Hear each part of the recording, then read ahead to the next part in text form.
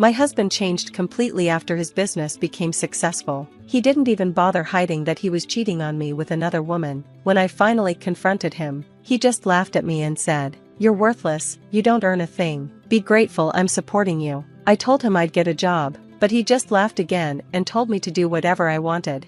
So, I found a job at his parent company and started planning my revenge.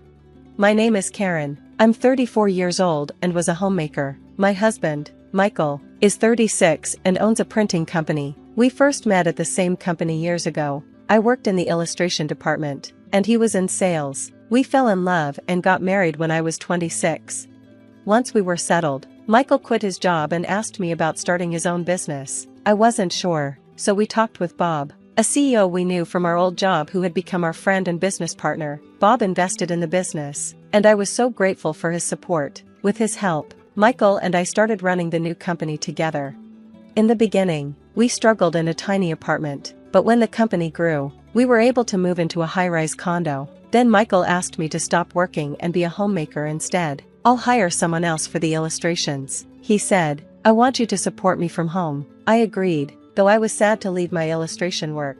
Bob was also disappointed but told me he'd support me if I ever wanted to get back into it. I became a homemaker and started posting my illustrations on Instagram as a hobby, which gave me a lot of happiness. Meanwhile, Michael's business kept growing, and so did our lifestyle. He bought a new car and custom-made suits, which I thought were a bit much, but I figured it was important for him as the company's owner. Even though he was busy, Michael always came home for dinner. It was something we promised to keep for just the two of us. Over dinner, he would usually tell me about his business plans, and I was happy to support his dreams. I thought things would always be like this. But as the company grew, Michael started acting differently. He stopped talking to me about the business during dinner. When I asked how things were going, he'd just say, "It's fine," without any enthusiasm. When I pressed him to share more, he snapped, "You wouldn't understand. You're always at home, you don't know anything about this." I was shocked to hear him say that, but I tried to convince myself he was just tired. That night, he finished his meal in silence and went straight to his room. This continued, and then he started having dinner out more often, saying it was for work. I'd still wait for him, skipping my own dinner, but he wouldn't come back until much later. Lately, my husband wouldn't even send an excuse when he didn't come home for dinner. When I brought it up, he'd just yell at me. He seemed like a completely different person, and I felt like nothing more than a servant to him. I often found myself in tears, remembering the tough times we went through together to build his business. Now, I felt like I was even lower than his employees. I didn't enjoy housework, but I took it on to support my husband's dream. I'd wanted to keep working as an illustrator, but I gave that up to help him. Any appreciation he once had for my support was now completely gone. To relieve my stress, I would lose myself in my illustrations whenever he was out. Posting them online was my only escape, and I gained more followers. Seeing positive comments lifted my spirits. Among them, I even noticed Bob had left a comment saying, "I hope we can work together again someday." That message kept me going. After we stopped having dinner together, a growing distance came between my husband and me. Eventually, I started to suspect there was another woman. One day, I found a hint of perfume on his jacket, a scent I knew he'd never wear. When I asked him about it, he just shrugged and smirked, saying it probably came from an acquaintance. He acted as if being caught didn't matter at all. For the first time, my sadness turned into anger. I was tired of feeling mocked and left alone at home, doing nothing but housework. The fear of being left behind by the world grew each day, and my friends would only say they were jealous of me when I tried to talk about it. My parents brushed it off as a luxury problem. I felt completely alone in dealing with it. Then one day, my husband came home drunk. I helped him to bed, and that's when I noticed a lipstick mark on his shirt. There was no way he'd come home with a lipstick mark on his shirt by accident. It felt like a challenge from the other woman. Finally, I had proof that he was cheating. The next day, I showed him the shirt and confronted him. "Where were you last night? And what's this lipstick mark?" I asked. He looked at the mark, surprised, but stayed calm. "I was at a bar with friends. It must have happened then." "But for that to happen, you'd have to take off your jacket. Didn't you notice?" I pressed. "I don't remember," he replied, then suddenly stood up and slapped me. I fell back, feeling a hot sting on my cheek, shocked and unable to believe what had just happened. "When will you understand?" he said angrily. "Who do you think is providing for us?" He left the room, And I sat there crying, watching him go. The reality hit me hard. My husband had changed. He no longer loved me. From then on, he became even more aggressive. If he didn't like a meal I'd made, he'd throw the plate on the floor. "This tastes awful. Do you even know what I like? If you want to stay my wife, improve your cooking," he'd say, getting up to leave. "I'll eat out if this is what you're making. Bad food affects my work."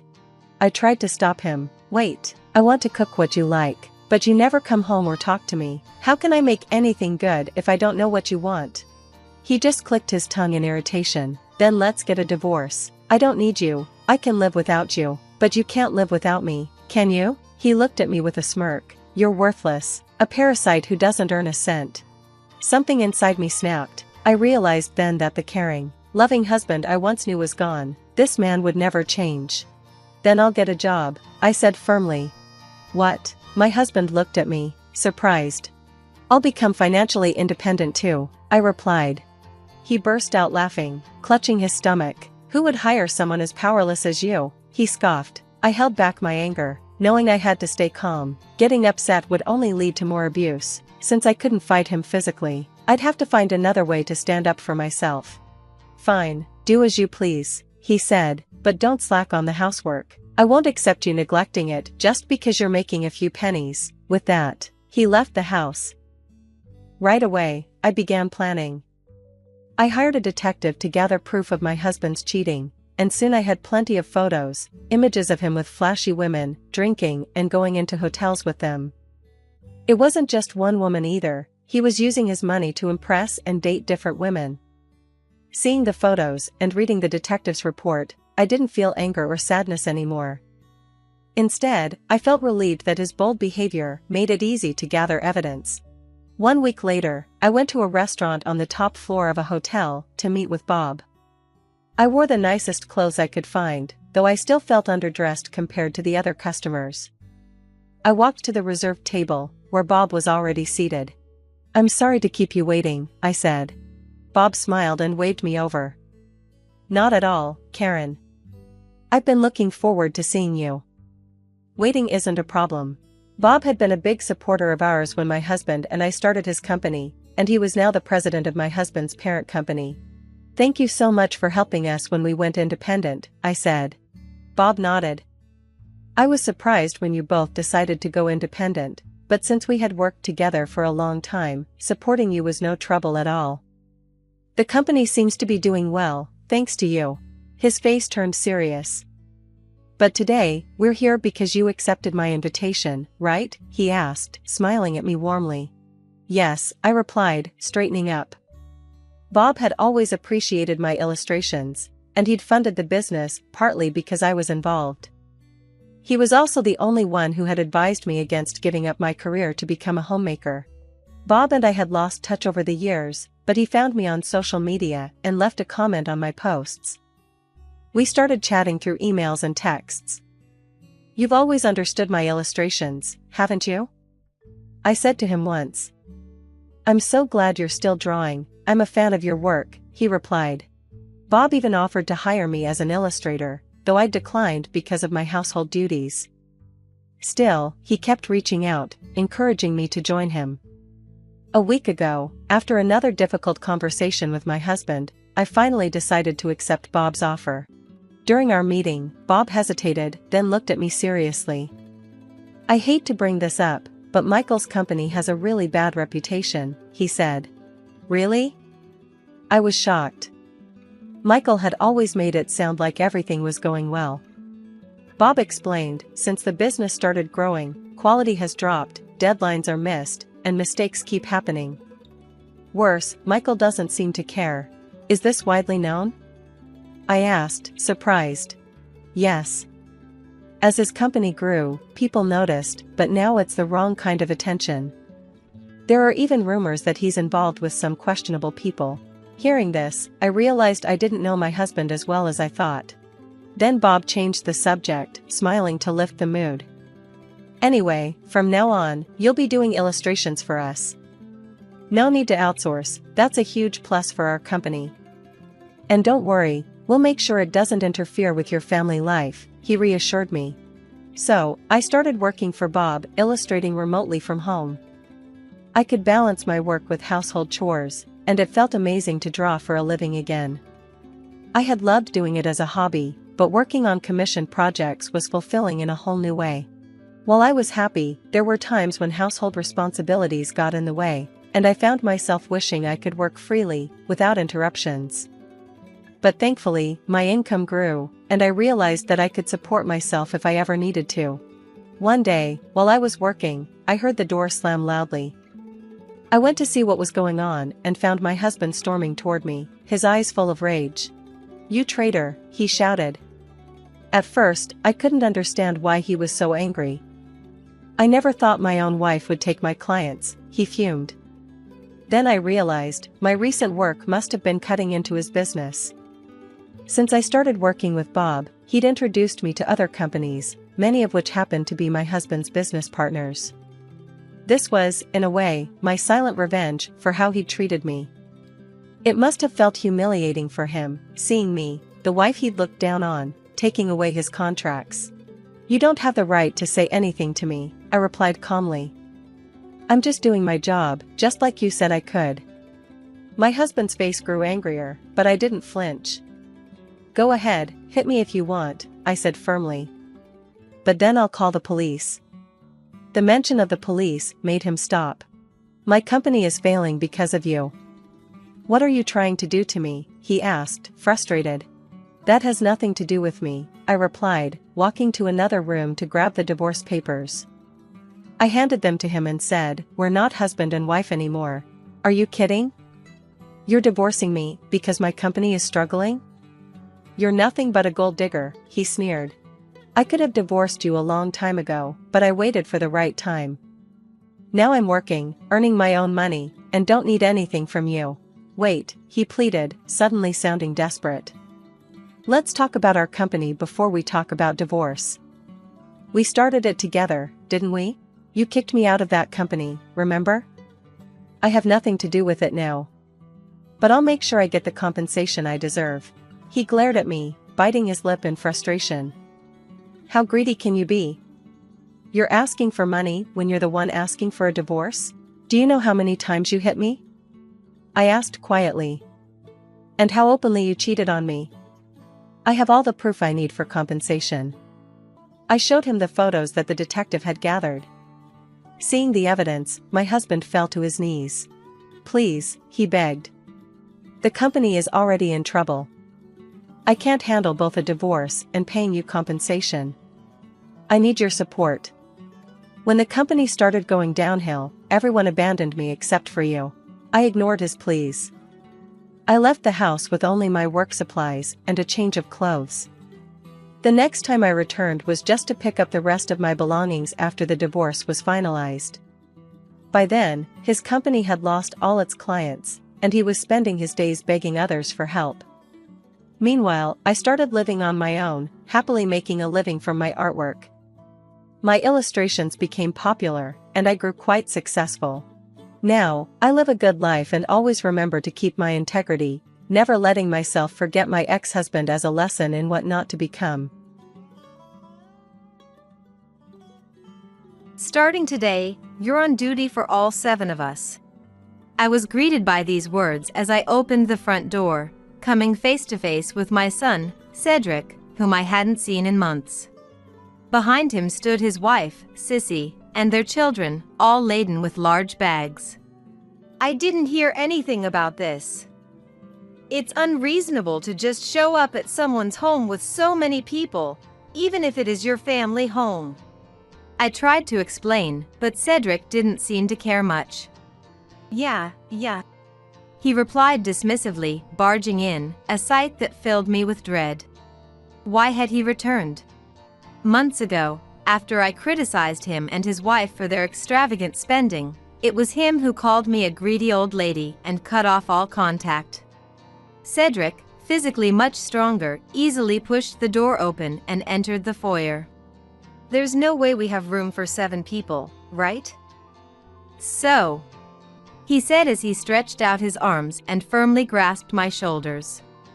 The pain made me groan, and he said with a nasty smile, After you're done with cleaning and laundry, Mom, you can sleep in the hallway. My name is Sharon. I'm a 75-year-old woman living on a pension, just an ordinary person. Before I was married, I worked hard at a company. I enjoyed my job in the beginning, and because there were many women around, there was understanding for women working overtime. Back then, the societal expectation was that women would stay home once they got married. But you're working very hard, and we'd like you to stay if possible. What do you say? The company said to me. Although it was a fulfilling job, my husband wanted me to be a housewife, so I took on that role after getting married. I also took pride in cooking, always adding a special touch to my dishes to make them taste professional. I aspired to dedicate time to those extra touches. Becoming a housewife also meant I had more time for my hobby, sewing, which secretly pleased me.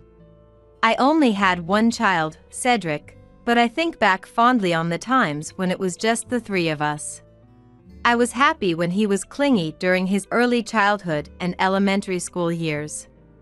As he entered middle school, he went through a rebellious phase and started keeping his distance, but it seemed he had good friends. A friend he made in middle school is still in touch, I hear. In high school, influenced by his friends or perhaps the thought of college, he began to focus more on his studies. While my husband held traditional views, he was supportive of parenting, making the challenging task of raising a child enjoyable. I was fortunate to have mom friends around, especially during high school and college entrance exams, when we would discuss. How are you dealing with your child? What advice should I give? What's the best way to support them to focus on their studies? Such was the circle of support I had. When Cedric got married, he hadn't saved up for the wedding, so I ended up covering most of the expenses. My husband worked hard and always brought money home, so we lived a comfortable life without financial struggles. My hard-working husband passed away from illness 5 years ago. And now I live alone. My income comes from my pension and the savings my husband left behind. I utilize my sewing hobby to create items and sell the finished products on flea market websites, earning a modest income. I'm not struggling financially and have a fulfilling life, engaging in hobbies and volunteering with friends. Besides volunteering, I enjoy spending fun days out, like going to lunch with friends around me. My son, Cedric, is now 44 years old. He got married 17 years ago and has his own family. His wife, Sissy, is 40. I remember her being quite shy when they were students, a long time ago. That image of her has been completely overturned over the years. Cedric and Sissy have 3 children, who are now 14, 10, and 8 years old, my grandchildren. When the grandchildren were younger, Cedric and Sissy had a good relationship without any particular problems. I made sure not to do to my DIL the kind of things I disliked being done to me as a MIL, avoiding sudden visits and giving money during celebrations so they could buy whatever they wanted. I thought we maintained a good distance while still being close, but the situation has drastically changed recently. Sissy started asking for gifts for the grandchildren or for expensive dining out almost every week. Whenever we go out to eat, "Let's go eat," she would say, yet neither of them would even pretend to reach for their wallets. Moreover, they always choose expensive restaurants. But dining out was still the lesser evil. I was happy to see the grandchildren enjoying their meals, smiling and saying how delicious it was, whenever they came along. Gradually, she began asking for expensive jewelry.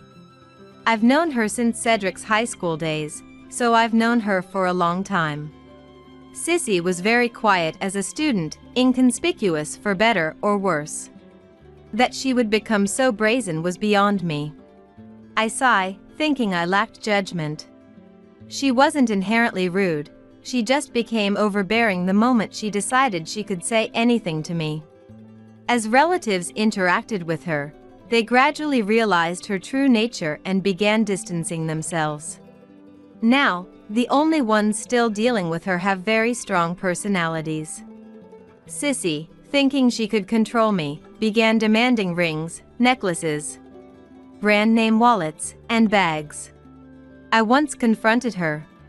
"Why do you need such expensive things? Aren't these for your use alone?" She claimed it was all for the children.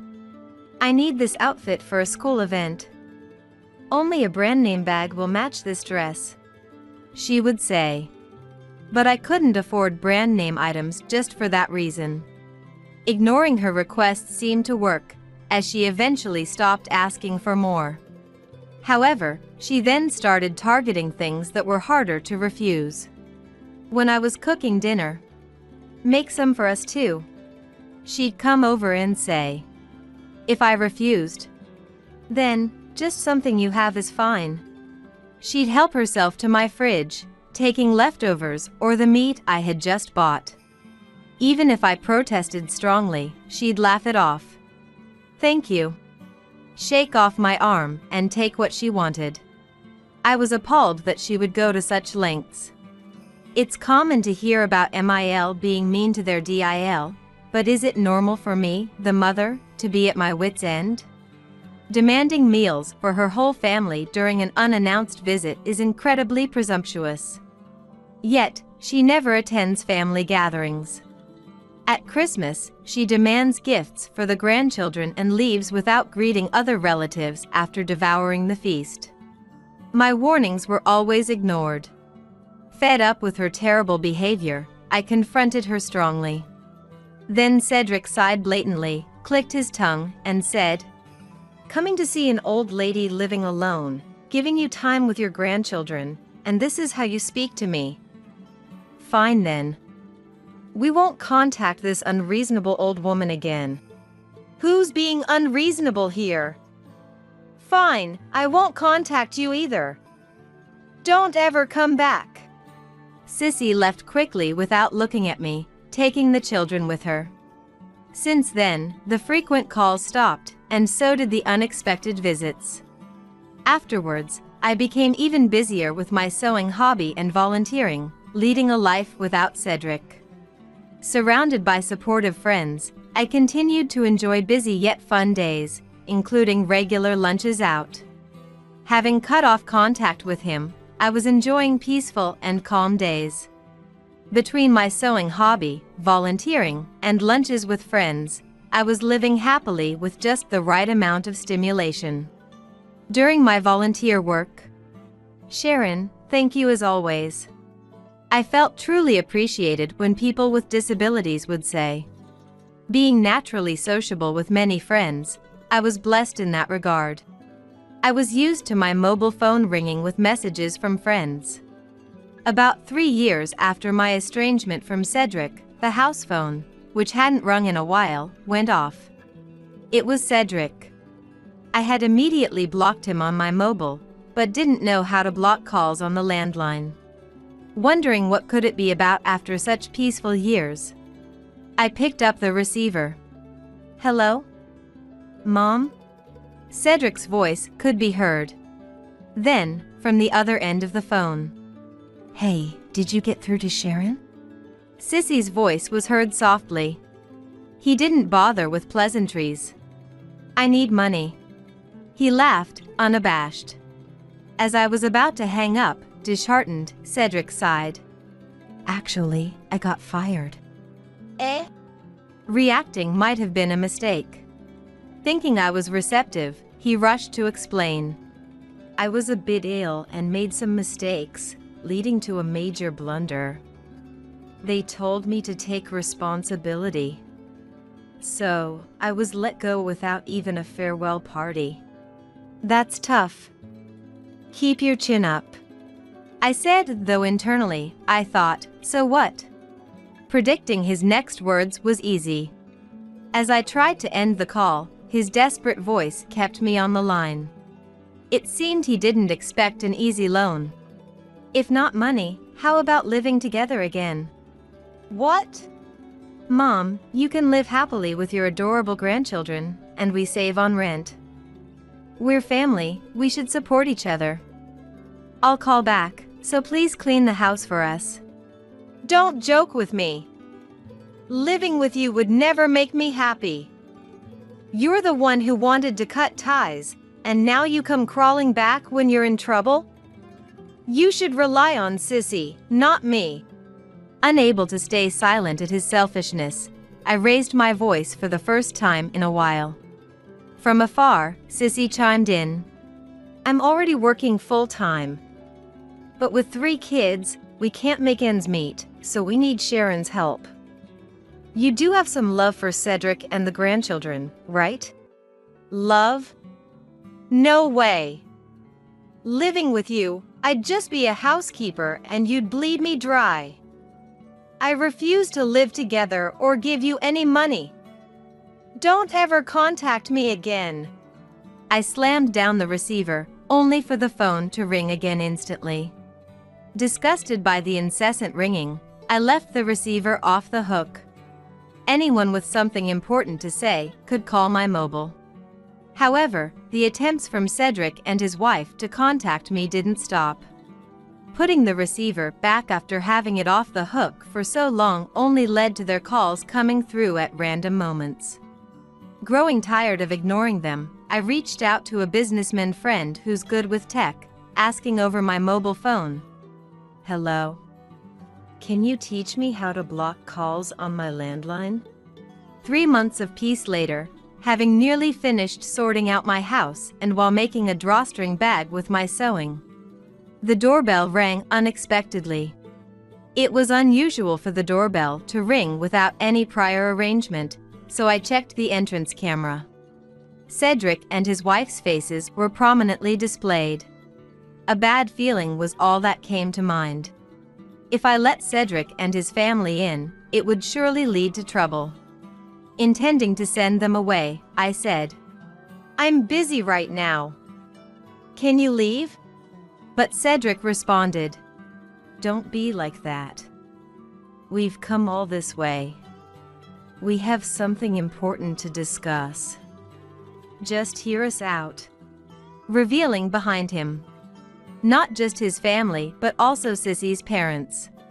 Cedric and his wife, their 3 children, and the in-laws, 7 people in total had come, each carrying large suitcases. Sending away in-laws felt too harsh, even for me. Turning away guests with big luggage could cause a scene at the doorstep, attracting unwanted attention from the neighbors. Reluctantly, and against my better judgment, I let them into the living room. I ushered Cedric and his wife along with the in-laws into the living room, letting the 3 grandchildren play upstairs. I could hear the children's laughter echoing down. Without consulting me, Mom, let's live together. We've even brought our luggage, see? Cedric said. I instinctively replied, Living together is out of the question. Please take your things and go back. But he wouldn't back down so easily. He argued, Mom, we're trying to be filial by living together. We thought we'd give you something to live for by taking care of the grandchildren in your old age. That's being filial, right? He said in a condescending manner. With a sigh of exasperation.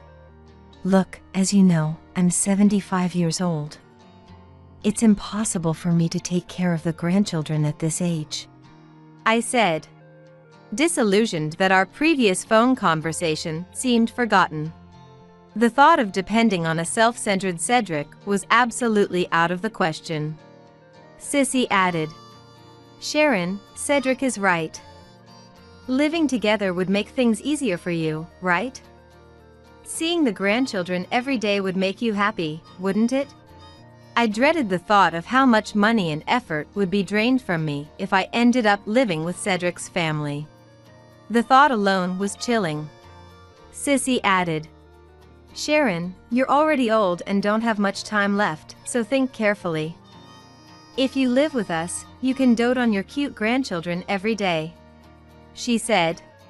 I had barely spoken to the in-laws since the wedding greetings, hardly even seeing their faces.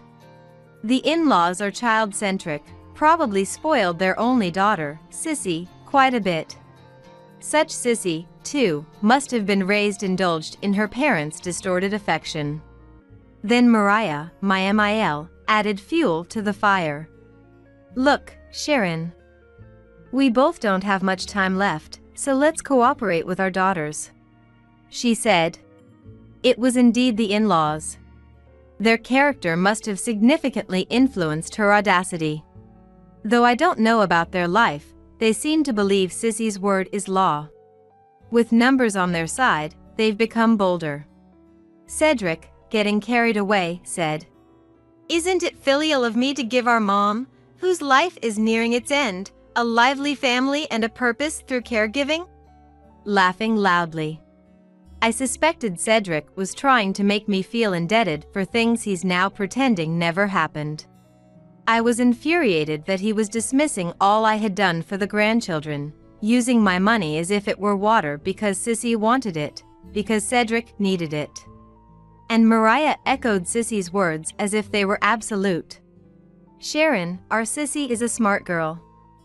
Let's do as Sissy says. Smiling too brightly. That overly bright smile made me feel uneasy. That's why I had avoided the in-laws. And now, after not seeing them since the wedding. The nerve of the in-laws to approach so boldly is beyond irritating, it's downright audacious. I can't help but think the in-laws are quite brazen. Mom, we're here to live with you, to make you happier. From today, we're moving into this house. He continued with a smirk. Then, disrespectfully, we'll take your room, so you can sleep in the hallway from tonight. He said this, dismissing me. Sissy, smirking in agreement. Sharon, we're counting on you. She added. I couldn't stand being manipulated by Cedric's family and the in-laws any longer. I pushed past them and went back to my room upstairs. After quickly packing, I came down with my carry-on bag, surprising Cedric, his wife, and the in-laws. I'm leaving, so do as you please. I said. What? Cedric was speechless. Asking. What about the housework? Sissy panicked as well, saying. Exactly. I thought I'd finally be freed from household chores and could even reduce my part-time work. Hearing this confirmed they intended to treat me like a housekeeper. Cedric, jobless, and Sissy, only working part-time, couldn't possibly support their family's expenses. Sissy's brazenness left me speechless. Along with her PIL who were tagging along as an unwelcome bonus. I couldn't possibly take care of them all. I told Cedric and his wife. This house has become too much for me to manage alone. That's why it's already sold. You can live here if you want, but you'll need to buy the house back. The couple seemed confused by what I was saying. I continued. I've been planning to move out for 3 months now. He retorted. But there are still things in this living room. I replied. Those things were meant to be disposed of last. Most items here weren't needed for the new house. I'm throwing away what's not needed. What I need has already been taken to the new place. Then, if you want to live here, you'll have to buy the house back. Though it's well kept and close to the station, it won't be cheap. I added. The living room's interior was the only thing left because I planned to have it cleared out by movers after everything else was gone. That's why it still had some furnishings. Cedric and his wife pleaded further. Mom, I'm your precious son, right? And the kids, they're your adorable grandchildren. I couldn't help but laugh. My dear Cedric disappeared 3 years ago when we estranged. Why come to me now? Just go back to your original home. I said. There's no obligation for me to take care of a grown 44-year-old Cedric now. Hearing this, we've already terminated our apartment lease. Without a job, I can't pay the rent. Living on Sissy's income is tough. We have no choice but to rely on you, Mom," Cedric said.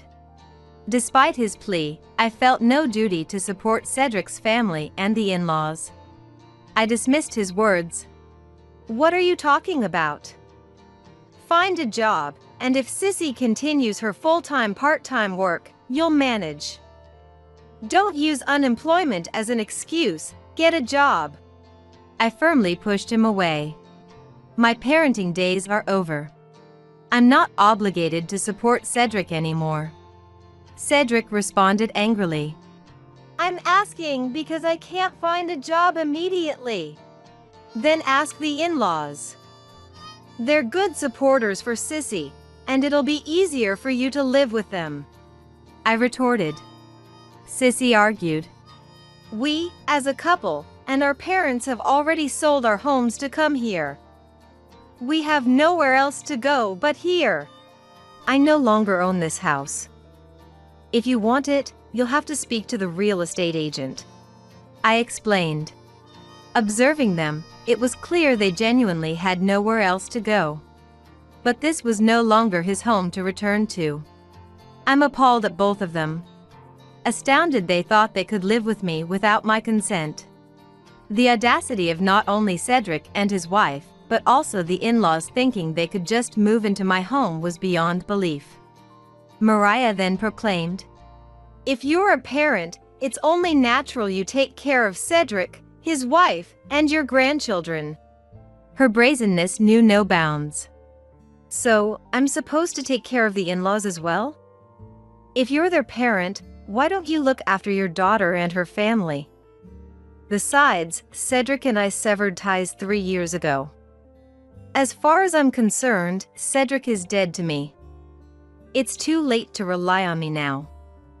The house is sold, and my new place is a 1DK, not big enough for all of you," I said, filled with sarcasm and disdain. My generosity doesn't extend to supporting a family I've cut ties with. Without a home to offer, there's nothing I can do. As a pensioner, I have nothing left to give to him and his family. I'm already overwhelmed with my own care in old age. The house is filled with memories of my husband and the good times we had, especially when the economy was better, and how hard he worked to buy it. Not to mention, it holds precious memories of raising our only son, Cedric, when he was small. The nostalgia can bring tears to my eyes. Is it irresponsible to disown one's grown son? But he is over 40 now, married with 3 children. If there's still responsibility on me, perhaps I failed as a parent." Meanwhile, Cedric and his family were blaming each other, not expecting the house to be sold. Selling the house might seem risky for someone my age, especially after the mortgage is paid off.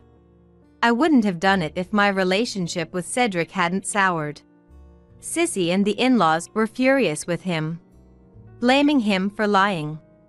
They were adamant that he was solely to blame. She angrily said, "Sharon, you said you'd never sell the house full of memories. Didn't you check properly? This ruins everything." Unbeknownst to them, I had been good friends with the owner of the apartment Cedric's family had lived in. After Cedric suggested we live together 3 months ago, I reached out to her, my friend and the owner, out of concern. She informed me that Cedric had been discussing giving up the apartment for months prior. To be honest, I was stunned by Cedric's actions, but grateful I knew about their plans in advance. My friend, the owner, had told me Cedric had said, "I want to live with Mom. We want her to take care of the kids. While Mom is still healthy, we can be filial to her." Knowing this, I made plans to avoid living with him and his family. At 75, there's no way I could care for energetic children. And it was clear Cedric and his wife would dump all the housework on me. I also feared they would deplete my entire savings. I spent a week contemplating what an easily manageable environment for a 75-year-old would look like. Living alone in this house is impractical because it's too big to manage. Even now, I struggle to keep up with it. After much thought, I decided to sell this place and move into senior housing. The senior residence, not being as spacious as a house, required me to carefully select and move only necessary items. Disposing of what wouldn't fit was easy, given my wide social circle. I sold furniture, dresses, antiques, and the many books my late husband left behind. Items used in recent years were donated to a charity bazaar at a volunteer site. I collected necessary documents for the move at the city office, and had almost completed the moving process 4 days ago. Having settled the final utilities arrangements, I was enjoying sewing my last moments in the house when Cedric arrived. Hearing our exchange, my grandchildren peeked from upstairs, prompted by Cedric and his wife. "Leaving us and Dad behind, Grandma, you're heartless," the eldest, 14, accused. Then added, "A lonely old grandma should live with us. And you should leave all your money to my dad and mom." The 10 and 7-year-olds echoed this sentiment, clearly influenced by Cedric and Sissy. Reflecting on where his upbringing went wrong, I realized his and Sissy's paths were of their own choosing. Considering the grandchildren's behavior, their future seems challenging. But that's beyond me and not my concern. I suggested to them, as if to teach the grandchildren, "You might as well ask the in-laws. There's no need for it to be me." Then, "The in-laws have no savings, and living on their pensions is tight. Having us as family will make your life more enjoyable," he responded. I could only sigh in disbelief at his request. "If you're an adult, Cedric, find a job while Sissy works part-time. If she is working, you can at least rent an apartment in her name. The owner of the apartment you lived in before is keeping it vacant for a while. If a loan is feasible with her part-time income and your unemployment, you might as well buy the house back," I suggested.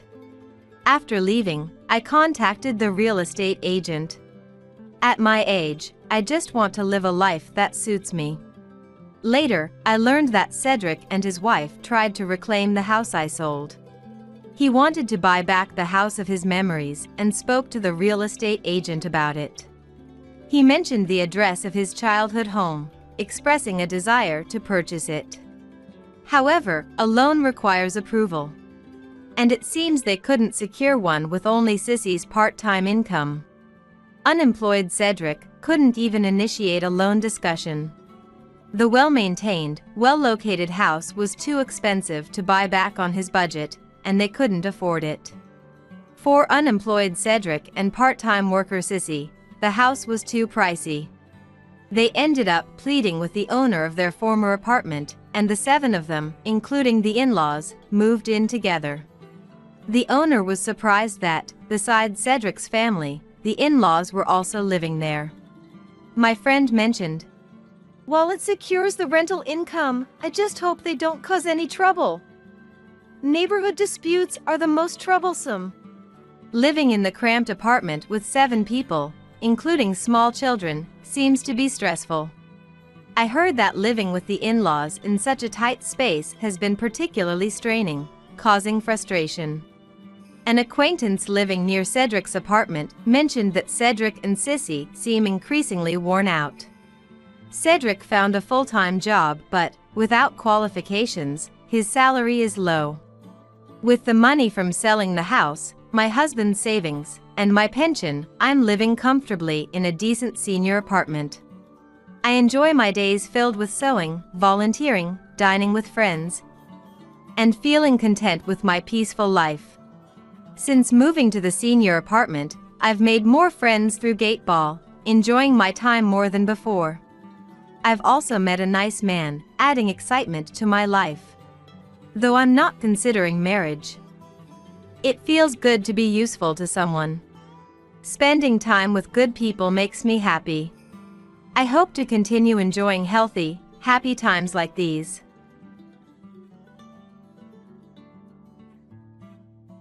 I was a 28-year-old who worked in a flower shop located in an office building, creating flower arrangements.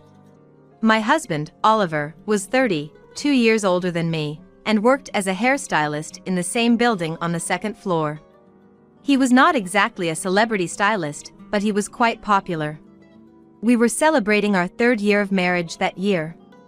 Apart from the fact that we had been unable to have children, I thought we were doing well as a happy couple. But it seemed I was the only one who thought that way. How did we first meet? Oliver used to frequently buy flowers for his salon from the flower shop on the 1st floor. Initially wary of Oliver, who was skilled in conversation due to his job, I gradually found it natural to have him by my side. How long was it after we started dating? Oliver invited me to dinner at his parents' house, saying he wanted to introduce me to his family.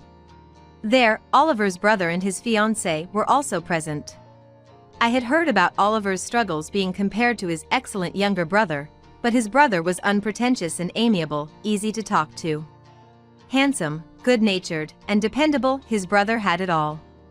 Can't blame the parents for comparing, really.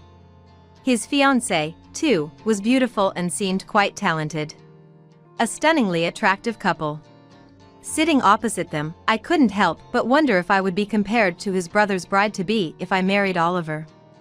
During the lively conversation over dinner, "Have you guys decided on a date for the wedding ceremony?" Oliver asked his brother. Then, "We're about to decide. We'd love some suggestions for good venues," the brother and his fiancée replied. Oliver's brother, a promising banker, and his fiancée, working at a securities firm, were both solid professionals. Thinking they would prefer something luxurious, considering they'd invite bosses and work colleagues, I suggested some famous venues where my corporate friends had their weddings. The fiancée searched the venues on her mobile phone, happily engrossed in a page showing a venue with a garden chapel. Then Oliver chimed in. "Hey, why don't we do the wedding ceremony together? How about a restaurant wedding?" And so he had proposed with a casual tone. It was something I had hoped would happen eventually, but I was shocked by his sudden suggestion, especially since he hadn't yet formally met my parents. Then, from somewhere, I heard a distinct sking noise. I couldn't believe it, but it seemed like the sound came from my BIL's fiancée. She was making an incredibly dissatisfied face and muttering under her breath. BIL's girlfriend might be okay with such a ceremony, but I. Then Lucas, Oliver's brother, exclaimed, "Bro, that's a great idea! These kinds of stylish ceremonies are becoming more popular." He seemed genuinely excited about Oliver's suggestion. Being more displeased, the fiancée glared at me more, as if to stop Oliver from saying whatever he wanted. But she was glaring at the wrong person. If she had a problem, I wished she would speak up to the enthusiastic brothers instead. Subsequently, driven by the brothers' excitement, we ended up planning a restaurant wedding, and everything progressed quickly. In a flurry, we managed to greet my parents, and the 4 of us dined out to choose a venue. As days passed, the once disgruntled fiancée warmed up to Oliver, who was now BIL, and they got along so well that one would think they were the couple getting married. However, her attitude towards me remained unchanged. And so, 6 months later, the 2 couples held their restaurant weddings. After the marriage, I switched from full-time to part-time at work, focusing more on household chores. I left for work after sending Oliver off, returned home earlier to prepare dinner, and waited for Oliver's return. This became my routine. Sometimes, my BIL and his wife, both working full-time, relied on our dinner unexpectedly. It seemed cooking was too much of a hassle for them. Camila, my CL, came with just a token gift, evidently expecting me to cook, sparing herself the effort. At the dinner table, Camila oddly sat next to Oliver instead of her husband, treating me more like a convenient housekeeper. Honestly, their visits were far from welcome. Moreover, she indirectly criticized me, saying I looked plain or that my only talent was messing with flowers. I couldn't stand being demeaned in front of Oliver, but I hated confrontations, so I pretended not to mind Camila's words. Instead, after they left, "Why does she look down on people so much?" It's terrible to imply someone's worthless if they don't work at an office. I vented to Oliver. She's a competent and successful woman. Maybe you're just hearing it that way, Luna. It sounds like you're envious. You shouldn't say things like that. But his response was always defensive of Camila. Oliver, proud of his brother's achievements, seemed unwilling to hear anything negative about his brother's wife. It felt like he was implying I was the problem, listing all of Camila's virtues instead. Recently, my daily life had changed a bit due to Lucas's sudden solo assignment. Camila, too, seemed somewhat reluctant to come uninvited to our dinners alone. With fewer visits from her, I was free from her snide comments and had been able to spend my days more peacefully. But now, a different worry had surfaced. For some reason, Oliver had been coming home late at night, day after day, leaving me to have dinner and go to bed alone. It was really worrying that he had been returning home after midnight so frequently. I hoped he didn't fall ill. One morning, as Oliver hurriedly got ready for work. "You've been coming home late recently. Are you okay? I'm worried you might wear yourself out," I asked him. Oliver didn't even look at me. No need to worry. It's just a contest. I'm busy preparing for a hair contest," he stammered. I haven't heard anything about a hair contest. Usually, he'd make a big deal about entering a hair contest weeks in advance, but this time, nothing. Isn't that strange? Sensing his haste, I asked, "When is this contest? You didn't mention it before. Did you decide to enter suddenly?"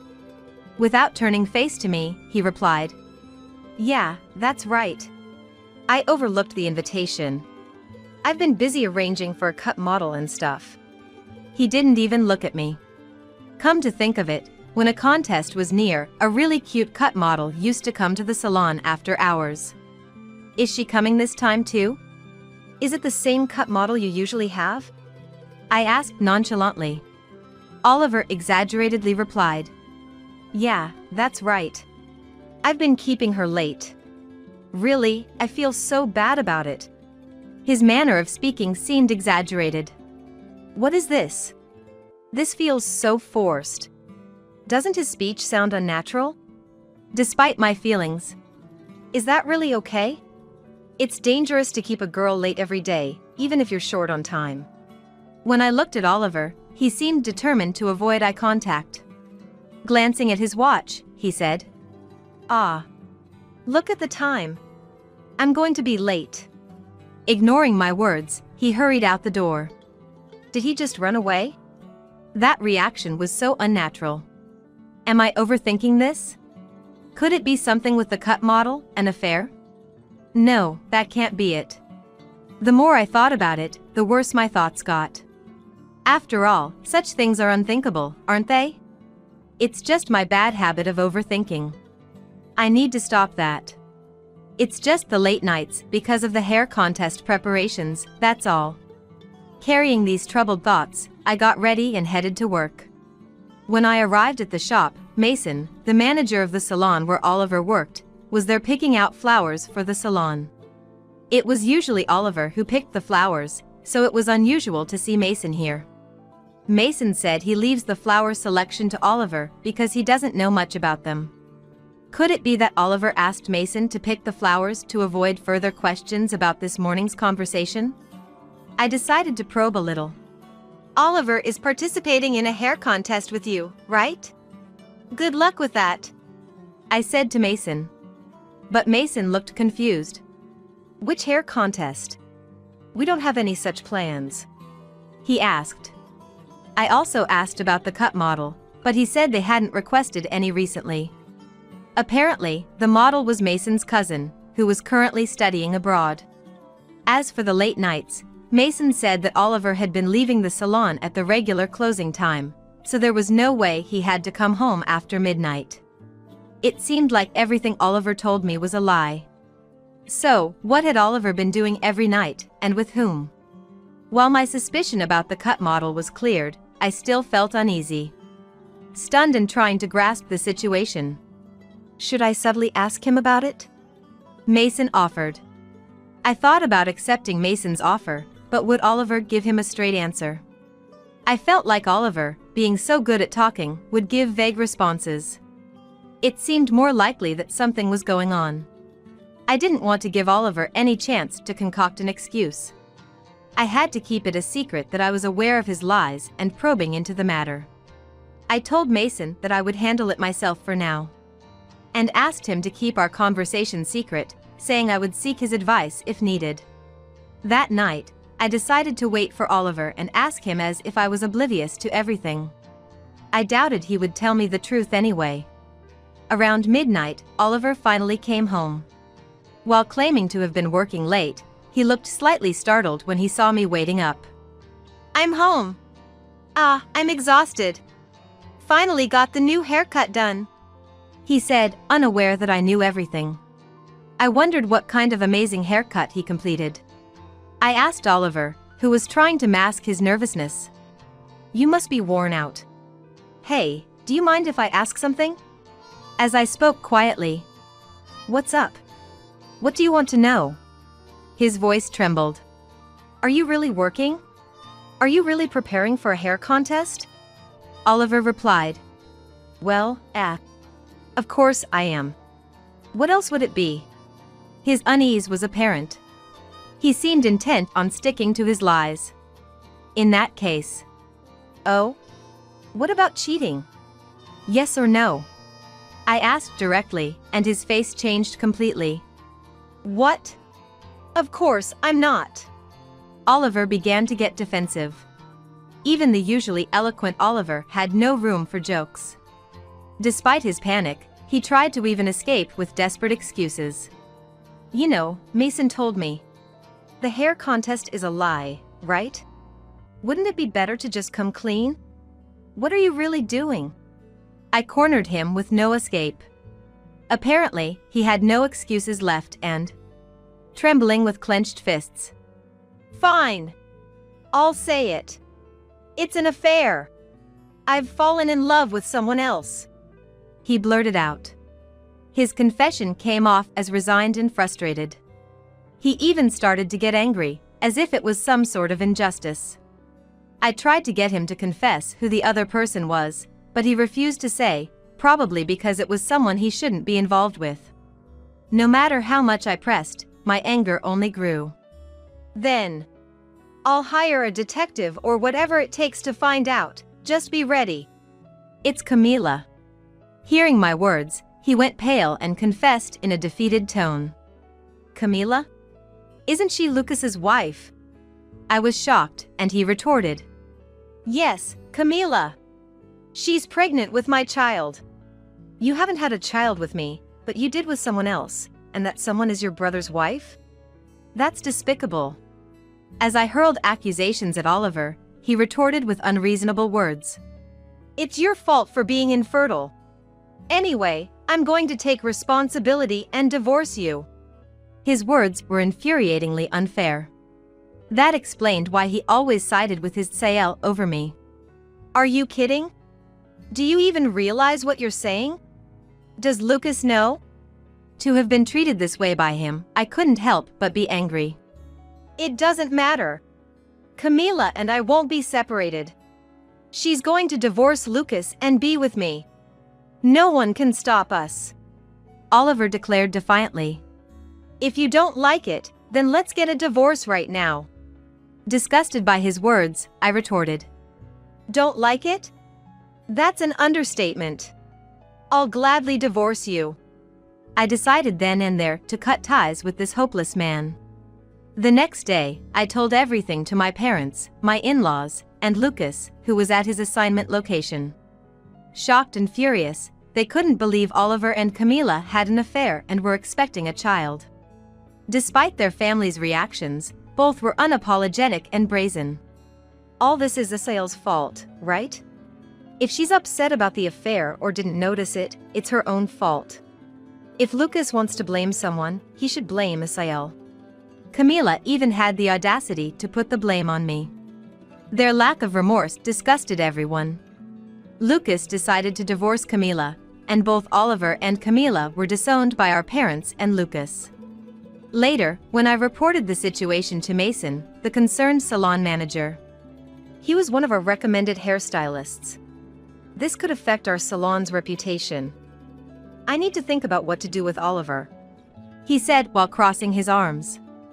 3 months later, after Camila's remarriage prohibition period ended, she and Oliver got married. Yet, for some reason, I was getting calls from Oliver on my mobile phone. I was at work, and as far as I was concerned, he was a person from my past. I had nothing to say to him, yet he kept calling persistently if I ignored him. Oliver, still somehow keeping his job under Mason's management and working in the beauty salon on the second floor, was someone I don't want showing up at the flower shop. Reluctantly, I answered the call. "Hey, can you help me out here?" His voice was weak and pitiful, a far cry from his earlier bravado. "Why should I? I have no obligation to help you. Can you stop bothering me during work?" As I was about to hang up. "Don't be so cold. Can I come over to talk?" Oliver appeared to really want to talk. Not wanting him to actually come, I decided to listen. It turned out he was in quite a laughable predicament. According to Oliver, on the day they registered their marriage, Camila received a demand for alimony in a divorce lawsuit via a formal notice. "What's this about?" he questioned, and it turned out Camila had been having an affair with her boss, and his wife found out, demanding $50,000 in alimony. Moreover, she was pregnant, and it was unclear whether the child was Oliver's or her boss's. He might end up raising a child that isn't his. "I have no confidence in raising a child that might not be mine. Tell me how to get a divorce." His SOS to me was the last thing I needed. "Just say what you told me," was all the advice I gave. That's it. That was the last call I ever received from Oliver. Nevertheless, both my former sister-in-law and ex-husband were such despicable people. They were both broke after paying us alimony in the divorce suits. Oliver was likely to be fired by Mason now, and with Camila's affair scandal at work, she would probably be fired too, burdened with a hefty debt of $50,000 for alimony. What would they do now? Face bankruptcy? It seemed like a miserable life awaits them, socially and personally obliterated. As for me, I remarried a man who supplies flowers to my shop and am expecting a long-awaited child. I live happily, surrounded by beautiful flowers, a kind and honest husband, and looking forward to holding my lovely child. Despite being called plain, living true to myself is best. I've learned my lesson to stay away from smooth talkers and those who look down. "I'll leave the kid for you to take care." As I wondered what he meant, Thomas uttered something unbelievable.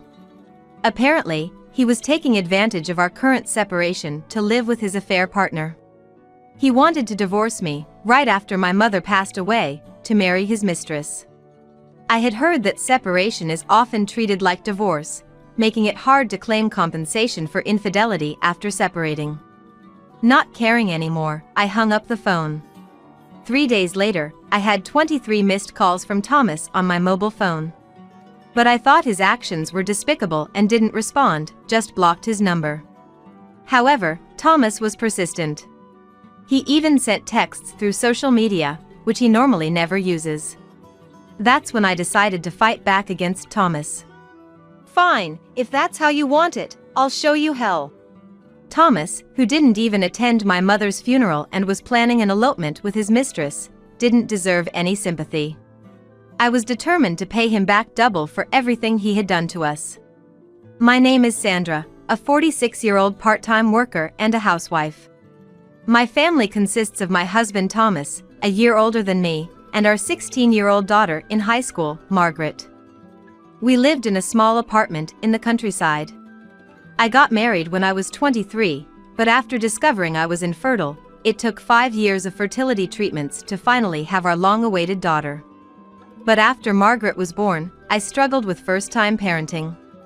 Gradually, I lost my peace of mind and left the company I worked for, temporarily becoming a full-time housewife. In our society, whenever Margaret got sick, I, her mother, was called to accompany her to the hospital. This was what led me to quit my job. It wasn't that I hated caring for Margaret, but my boss indirectly suggested I resign, and I couldn't bear it and ran away. Eventually, staying at home all the time seemed depressing, so I put Margaret in daycare and started earning a bit as a part-time worker.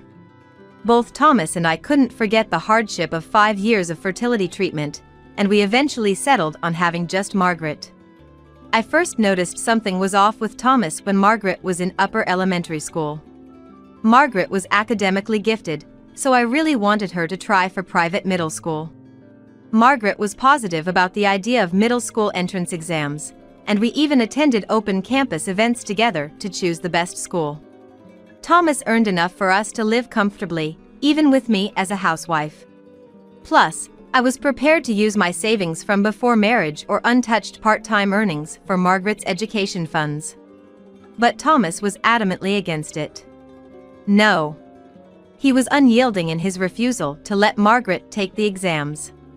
What's the point of a middle school entrance exam? Let her go to a regular middle school, that's enough for Margaret. Isn't the entrance exam something for daughters of company presidents or something? No matter how I tried to convince him, Thomas stubbornly refused. Finally, losing patience, I told Margaret, "You can take the exam if you want. I want to support what you want to do. Just focus on your studies without any worries." But Margaret just shook her head, looking sorry. She probably hated seeing us argue over her future. That's when I realized it. I shouldn't be showing this side of us to our child. I started to be extra careful not to get into intense arguments with Thomas for Margaret's sake. That marked the beginning of a life walking on eggshells around Thomas. But the more I tried to be careful, the more sensitive I became, and even trivial things would turn into arguments. Hey, I've been meaning to say this for a while. Isn't this stew too salty? I've always hated this kind of seasoning. Thomas suddenly confessed that he never liked my cooking. After our argument about the entrance exam, it seemed like he no longer held back. He started criticizing without care. For example, he started saying he didn't like Worcestershire sauce or that he always hated the tomatoes in his sandwiches. He kept going on about it at the dinner table, making me feel quite bad. So, reluctantly, I stopped adding tomatoes, which I used to make the dishes look good, and carrots, which he also said he didn't like. "I don't want your lunch anymore. It doesn't look good and I lose my appetite." I responded to his requests, but to that he threw away the lunch I made. Fed up with his constant complaints, I finally exploded in anger. "Then eat out. If you're going to complain that much, I won't make your sandwiches ever again." And from that point on, I stopped making sandwiches for Thomas altogether.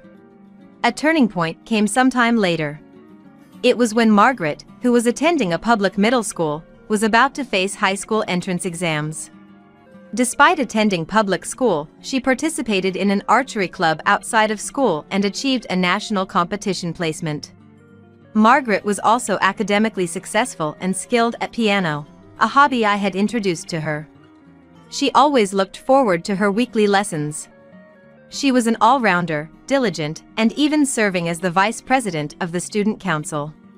Although I had reluctantly made her give up on middle school entrance exams, I hoped this time she could attend the high school of her choice.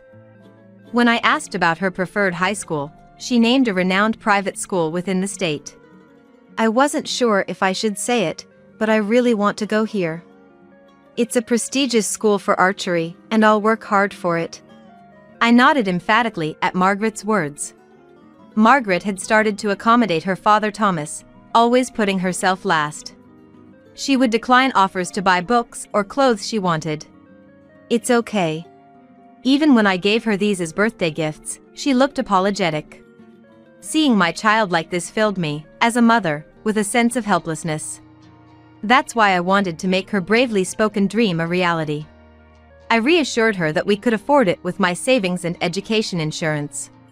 However, when I informed Thomas about Margaret's educational aspirations, predictably, he flatly refused. "No way. Attending a private high school in the state means she can't commute from here. So, she'll need a dorm or an apartment, right? I won't allow it, it's a waste of money." His words infuriated me. Calling the education expenses for our only daughter a waste? I couldn't hold back. You opposed to her middle school exams too. Why do you always say such things? Doesn't she deserve to live her life the way she wants? But my words seemed to have no effect on Thomas. He sighed theatrically and exclaimed, "No, private school and living alone as a high school student are a waste of money. If she doesn't go to a local public high school, I won't support you guys financially anymore." At that moment, I snapped. "Fine, have it your way. But don't complain about whatever we decide to do. I'll figure it out, so you go ahead and apply to the high school you want. There's no need for you to compromise this time. Okay? Do as you wish." I encouraged Margaret again, but she looked worried. But she hesitated. Even so, I repeatedly reassured her. "It's okay." And it seemed that Margaret had made up her mind.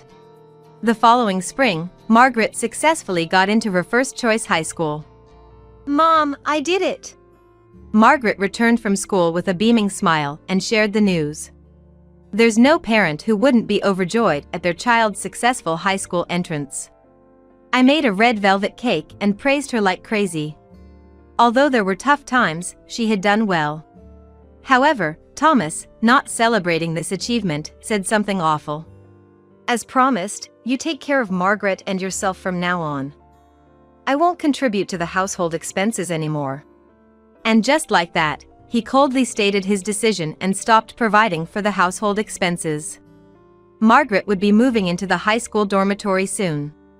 For me, knowing that my parenting phase was somewhat coming to an end and having already decided to work as a regular employee at a hospital where an acquaintance worked, I didn't think I would struggle financially.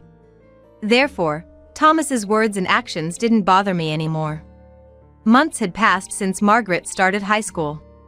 She had adapted to her new life, and I was relieved to hear that. I was working part-time, similar to full-time hours, at a hospital where an acquaintance worked, with an expectation of being made a full-time employee soon. I thought we wouldn't struggle financially. Thus, Thomas's words and actions didn't bother me anymore. Although Thomas and I hadn't divorced yet, we had been living separately for months after he moved out to a different apartment. I was busy with my new life, but realizing I could live without Thomas, I planned to divorce him as soon as everything was ready. I assumed Thomas wouldn't want to continue this separation forever either. Believing this separation would end one way or another, I went to the city office to get divorce papers. But then, I received devastating news. My mom back home had passed away. When I got the call from my dad, I was so shocked that I collapsed. Mom had always been frail, in and out of hospitals since I was young. I remembered praying with Dad for her successful surgeries. I knew she had been battling cancer for a year now and understood that her time was limited. Still, the news of her passing was hard to accept. Dad, having lost his lifelong partner, looked utterly defeated and downcast. He clearly lacked the strength to act as the representative of the family at the funeral. So, I stepped up to take on that role. Being an only child, there was no one else who could do it. Dad weakly smiled at my offer. "That would be a great help," he said in a faint voice. We hadn't told anyone about our separation, not even Dad or our acquaintances. So, I thought it best to invite Thomas to the funeral. I quickly sent him a text with details about Mom's passing and the funeral arrangements. As expected, there was no reply. On the day of the funeral, Thomas didn't show up, and Margaret, who had come home for the occasion, muttered, "He's the worst." Even Dad, who looked so frail, was angry, feeling insulted for his wife and daughter. I had my own grievances against Thomas, but now wasn't the time for that. "Both of you, I feel the same way. But do you want to send her off with angry faces? Mom always said, nothing can beat a smile, didn't she?" My words reminded Dad and Margaret of Mom's cheerful nature. We managed to regain our composure and give Mom a proper send-off. That night, Thomas finally called back, but with an insensitive remark. "I'll leave the kid for you to take care.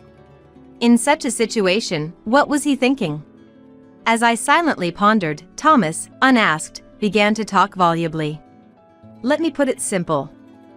I'm planning to elope with my girlfriend. She's younger and cuter than you.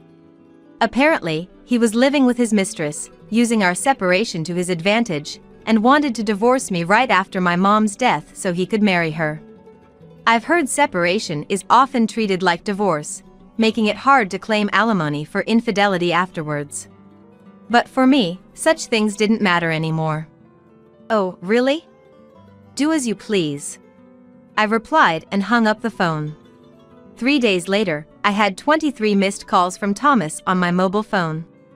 Thinking how despicable he was, I didn't respond and blocked his number. When he realized I wasn't going to answer the phone, he started sending apologies through social media. That's when I decided to fight back against Thomas. Fine, if that's how you want it, I'll show you hell. Thomas had declared abandoning me and Margaret at the time of my mother's funeral, and on top of that, he was planning an elopement with his mistress. Mercy was unnecessary for someone like him who had mistreated us. I decided to pay him back double for everything he had done. I immediately texted to Thomas. Let's meet tomorrow. The next day, I waited for Thomas at the cafe where we had agreed to meet. A few minutes later, Thomas arrived in a hurry, his face pale and clearly agitated.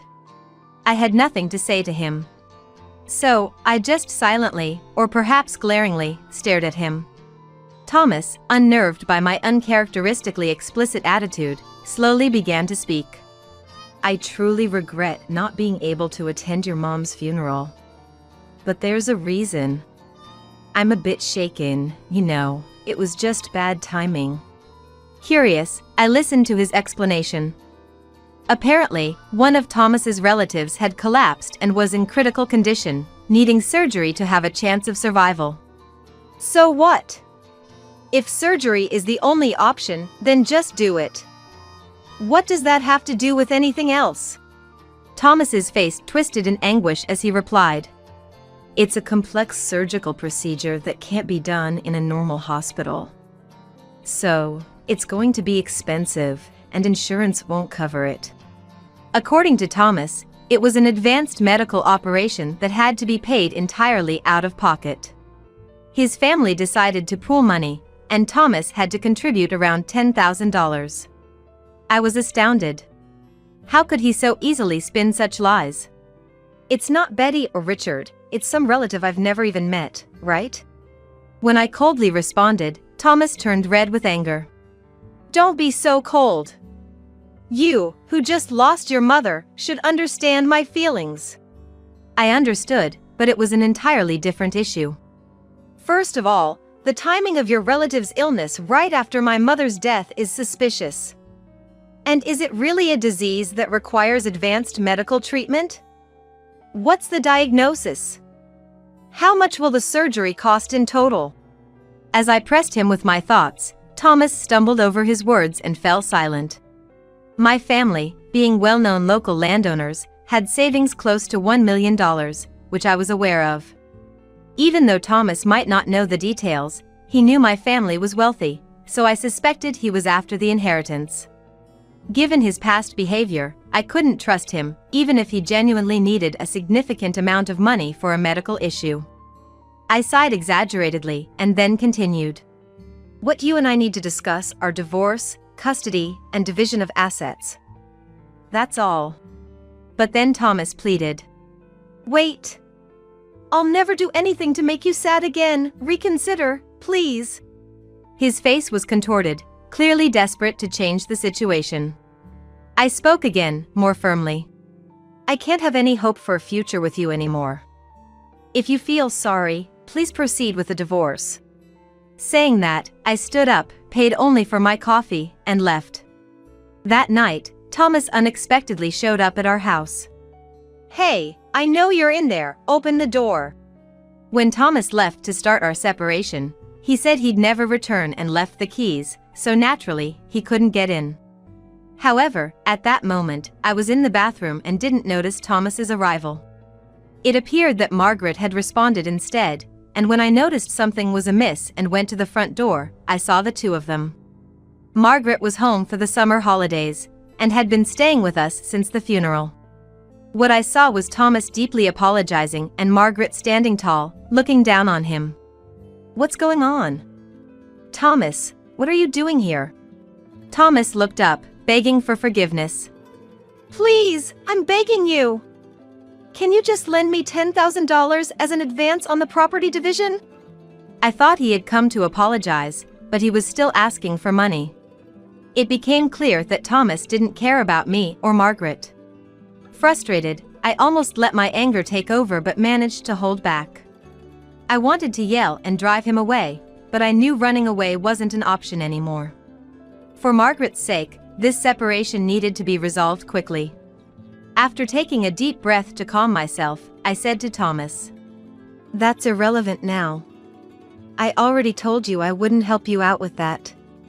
We handled my mother's funeral with my relatives, and you were not involved. Therefore, I don't see any need to care for a relative of yours I've never met." Thomas seemed to lose his words in response, as if he had nothing to say back. Thomas had always been hands-off with my family matters, whether it was hospitalization or funerals. Yet, now that he was in a bind, he wanted my help, which was far too convenient. Realizing that nothing he said would change my mind, Thomas turned to Margaret. "Margaret, you tell Mom too. To you, a relative of your father is family too, right? Come on, please. You're kind-hearted, you'd feel bad knowing a family member is sick, right?" Typically quiet, and when he did speak it was usually sarcastic, but in such moments, Thomas became talkative. And now, he was clinging to the daughter he tried to abandon for his mistress, having not even paid for her high school. I felt a headache coming on. I endured a lot for Margaret's sake, but maybe it would have been better to have divorced from the start and lived just the two of us. But it was too late for regrets now. I wondered what Margaret was thinking. Maybe she'd be moved by her father's words and try to persuade me.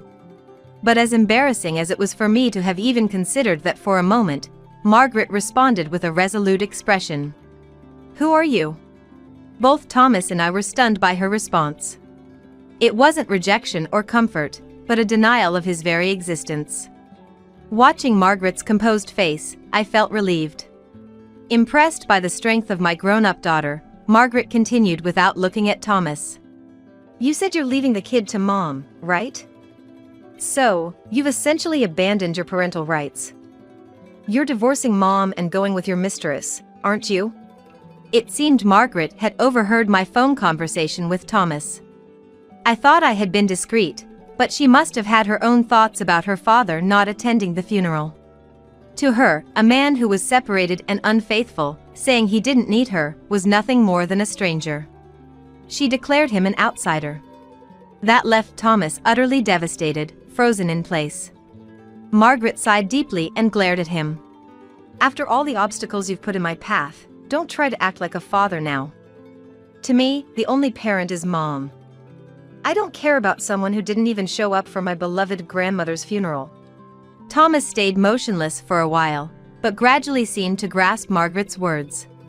Rising up with a furious look, he stared at Margaret. "You ungrateful child! Do you know how much I've sacrificed for you? If you're going to say that, then pay back all the school fees I've paid up till middle school." How childish was he? Who demands repayment for raising their own child? It made me nauseous to think he was my husband.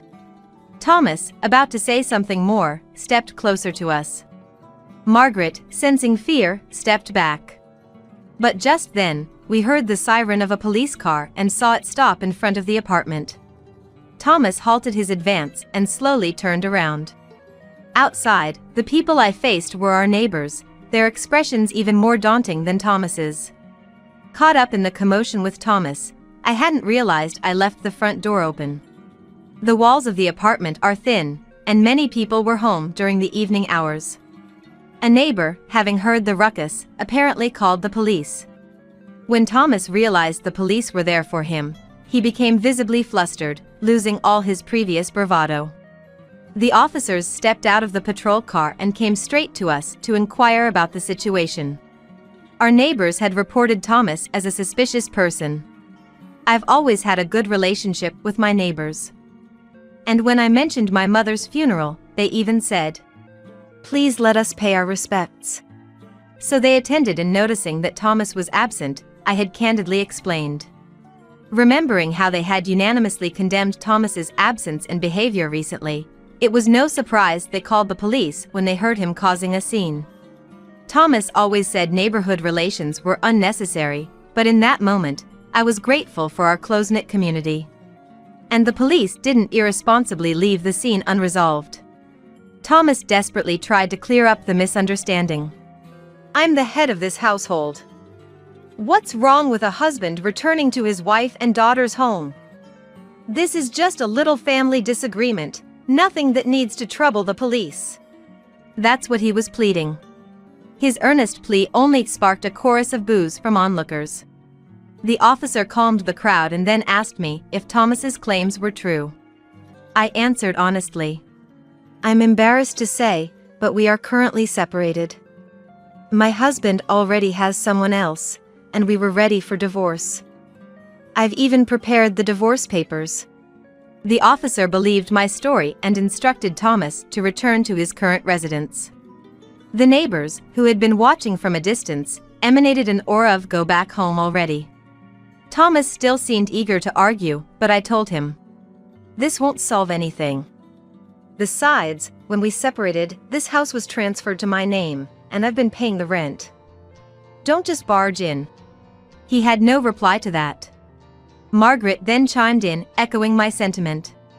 "Officer, I'm scared of this man." That seemed to be the final straw. The police, recognizing the need to protect Margaret, a minor, firmly told Thomas, "Dad, it's time to go home." Facing the backlash, Thomas realized his efforts were futile and dejectedly left. 2 weeks have passed since Thomas's visit.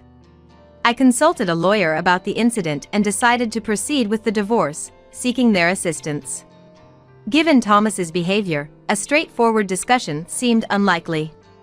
The lawyer agreed, confirming my decision was right.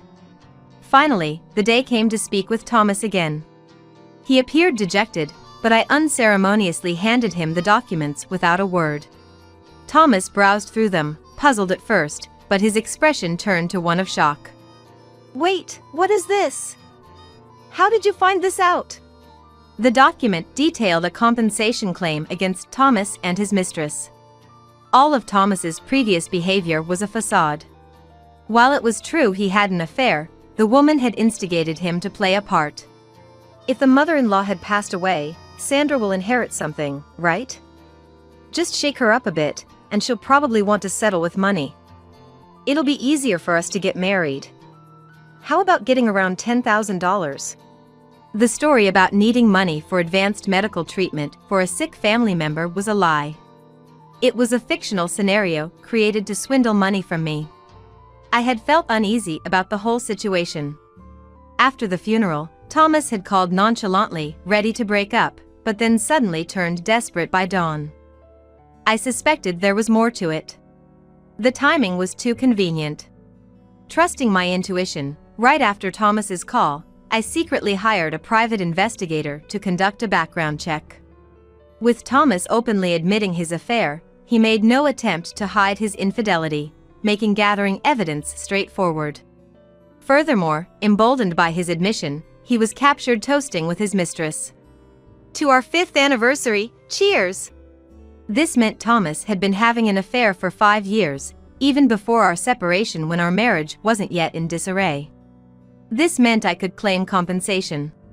Confronted with his lies exposed, Thomas began to tremble. His hands weakened, dropping the stack of papers on the desk. His eyes became vacant, his mouth moving as if searching for words. After 5 minutes, he managed to utter, "What should I do?" I leaned forward as if I had been waiting for those words. "I'll be claiming $30,000 from you as compensation for the affair and the emotional distress you've caused me. And from the other woman, $10,000. These amounts were the maximum claimable according to standard rates. Thomas panicked at the hefty sum. "I can't pay that. I mean, if I do, it will ruin my life." His excuses were expected. So, I presented an alternative. "Then let's settle it with compensation in the form of property division. But child support is a separate matter. You'll pay for all of Margaret's expenses, including her high school and future college fees." Faced with Thomas's refusal, I pressed on. "If you default, I'll go to court for enforcement. Your employer will be notified, and the amount will be deducted from your salary." Faced with this reality, Thomas reluctantly signed the documents my lawyer had prepared. This marked the end of our long battle. Afterwards, Thomas and I officially divorced, and the financial matters were settled through compensatory property division. Thomas had nearly no savings due to funding his mistress. So in the end, I was only able to protect the savings I had diligently amassed. Naturally, Thomas ended up with nothing from the divorce, a significant blow to him. Concerned about his employer finding out, he has been diligently paying child support every month. Margaret, as if to spite him, studied hard and got accepted into a prestigious private university. I can only imagine the look on Thomas's face when he received the bill for her tuition. His mistress, shortly after paying me the compensation, was arrested and convicted on charges of marriage fraud. It turns out she had other partners besides Thomas, promising marriage to each of them. Thomas really lacked judgment. Thomas, having lost his family, money, and mistress, and as well as his relationships with relatives and friends, would not have ventured into an affair if he had known it would lead to such despair. He lacked such foresight.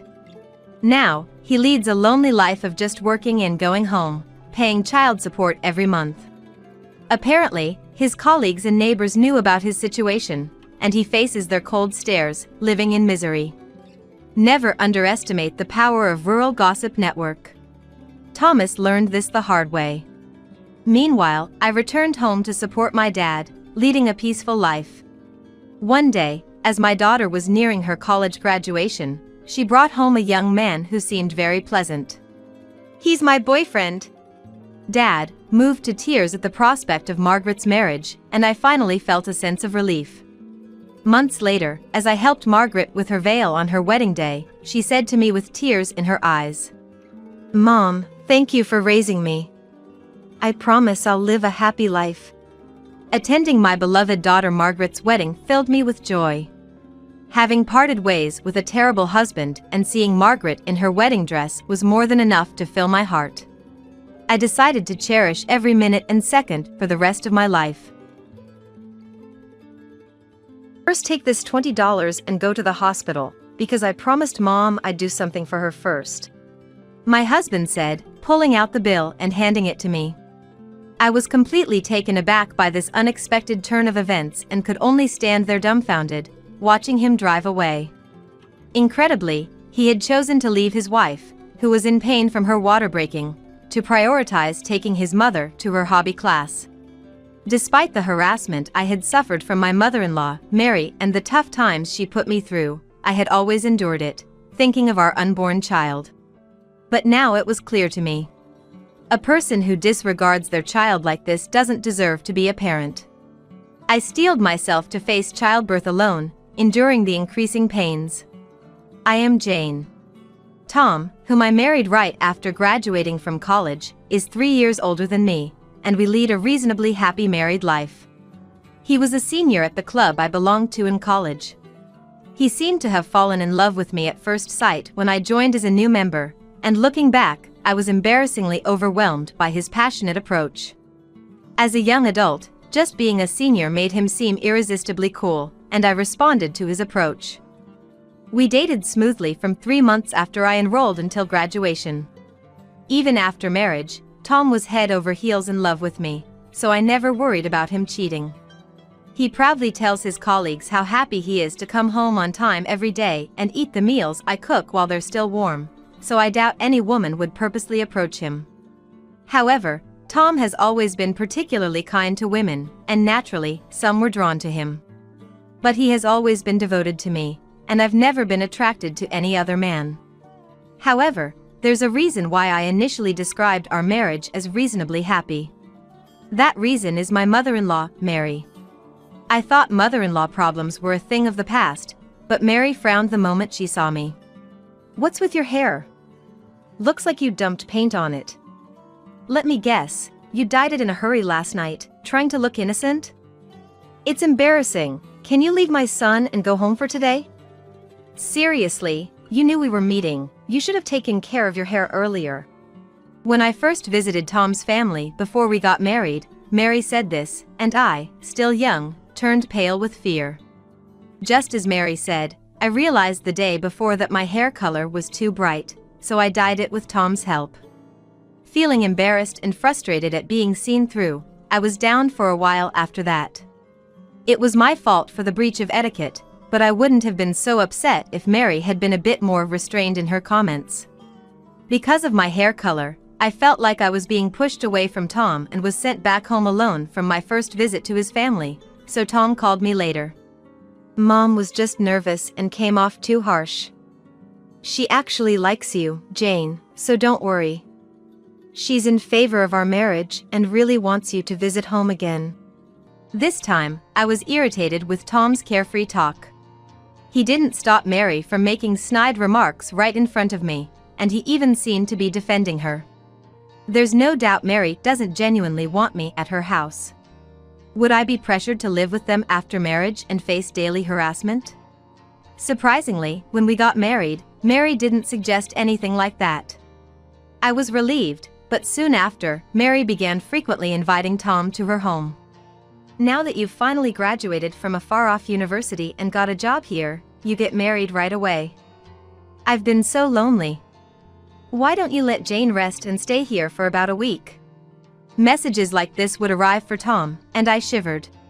Showing me the message, Tom asked, "What do you think?" Instead of answering, I called Mary right there. "I'm sorry, but we haven't finished unpacking and the paperwork isn't done yet either. It'll be a while before Tom can relax. I apologize." When I said this, Mary replied with nagging words. "Do the unpacking yourself? Don't always rely on my son." But I just nodded along and ended the call. Mary's offer to let me rest was just a facade. She wanted her dear son by her side. I was annoyed with Mary for lacking consideration, especially as newlyweds, and also upset with Tom for not refusing. According to Tom, Mary has always been like this. Her overprotectiveness worsened after she divorced Tom's father. When Tom decided to go to college, she cried and tried to stop him. Somehow he convinced her and went to college, but they communicated via messages and calls almost every night. Tom trusts his mother, who raised him as a single mom, so they've always had a good relationship. It's fine to be a caring child and mother, but there should be an appropriate distance between adults. And I understand it's not good to interfere with another family's dynamics. He was serious about his job and chores and had a nice personality, so for a while, I tried to come to terms with it. But it wasn't long before I began to question the uncomfortably close relationship between the two of them. One holiday, my usually late sleeping husband woke up earlier than me and started preparing to go out, so I asked, "Did we have plans to go somewhere today?" "Mom and I are going shopping, Jane. You can keep sleeping," he replied with an unbelievable answer. Apparently, Mary wanted to buy clothes and asked Tom to come along so she could ask for his opinion. I got angry again at my husband for agreeing without hesitation, but tried to stay calm. "You finally have a day off. Let's do something together." I tried to keep him walking out the door.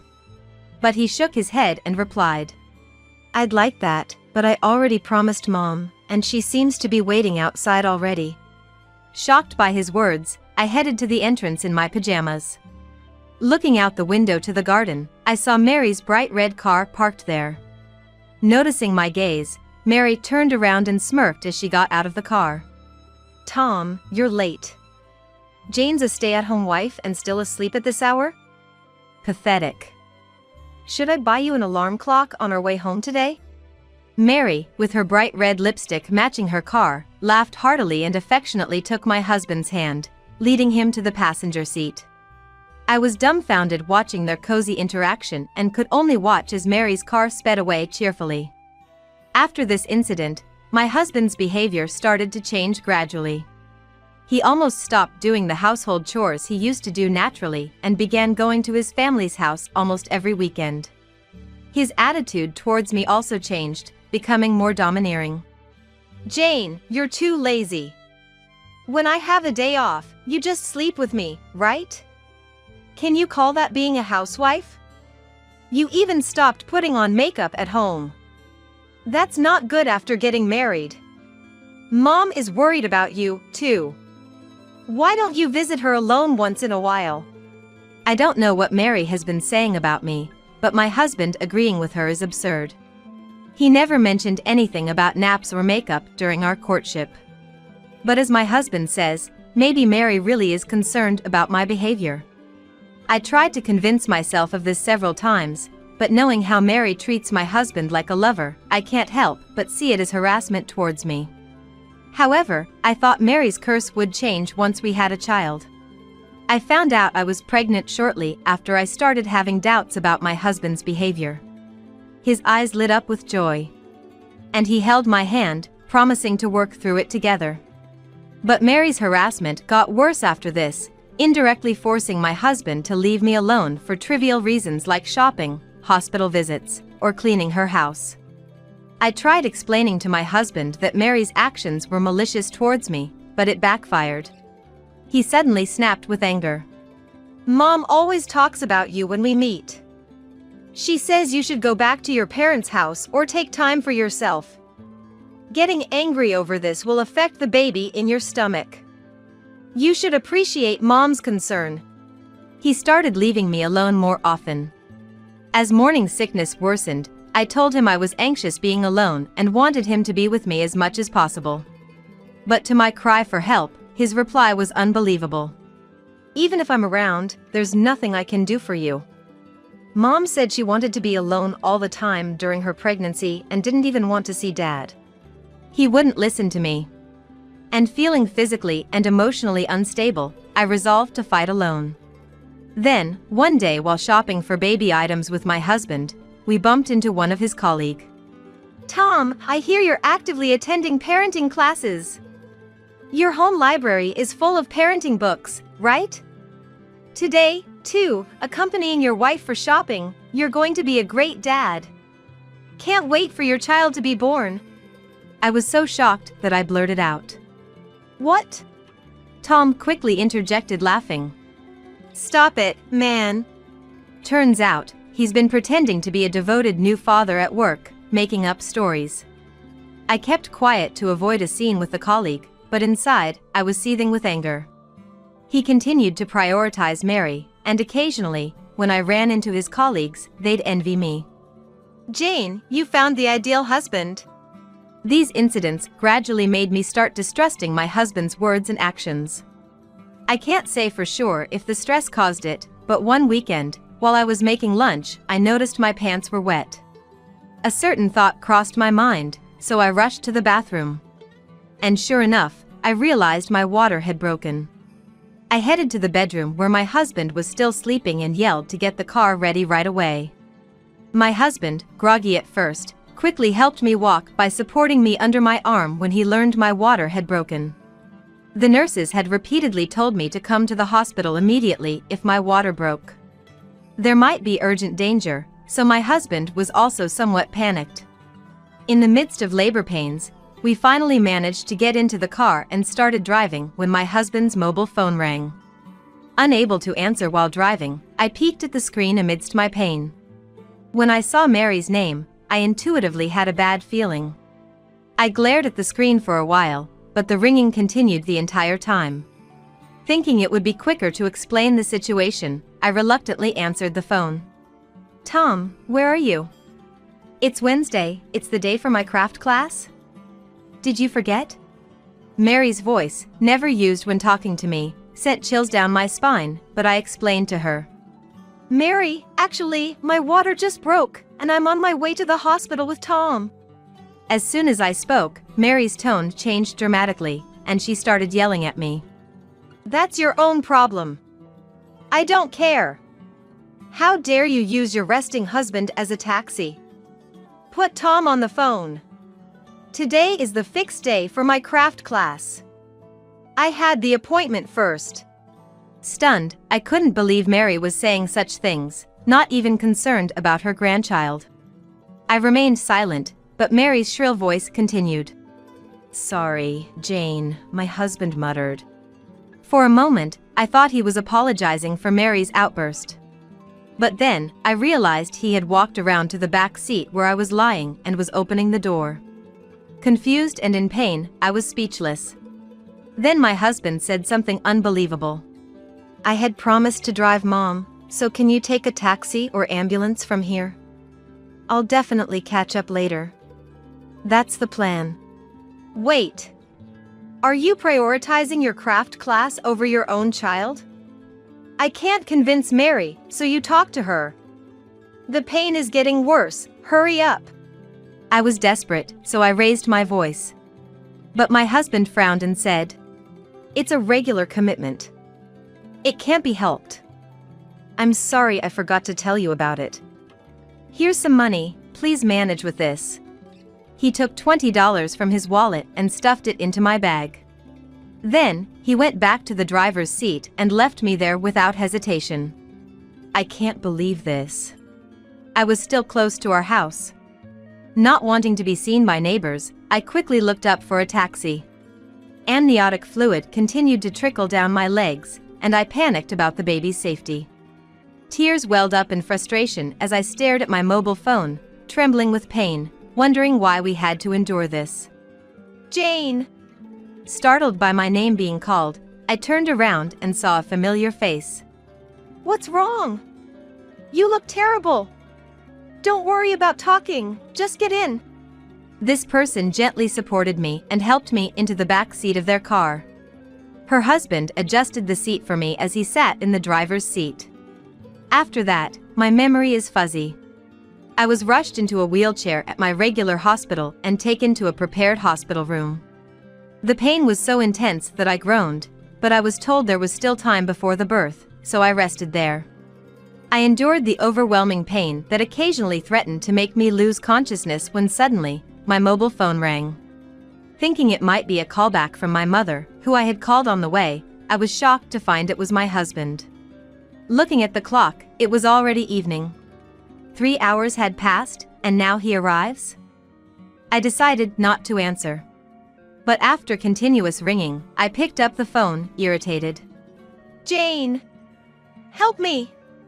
I want you to explain the situation. Not even a word of concern for me, and now he wants help?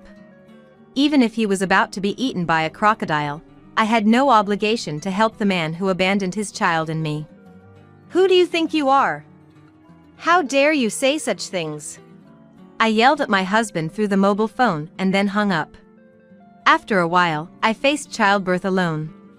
I would have liked to have my reliable husband holding my hand at such a time, but it's better off without a foolish husband who can't even prioritize things right. Instead, I received support from the kind nurses, and by nightfall, my long-awaited baby was born. Both mother and child were safe, and I fell asleep quickly due to the exhaustion.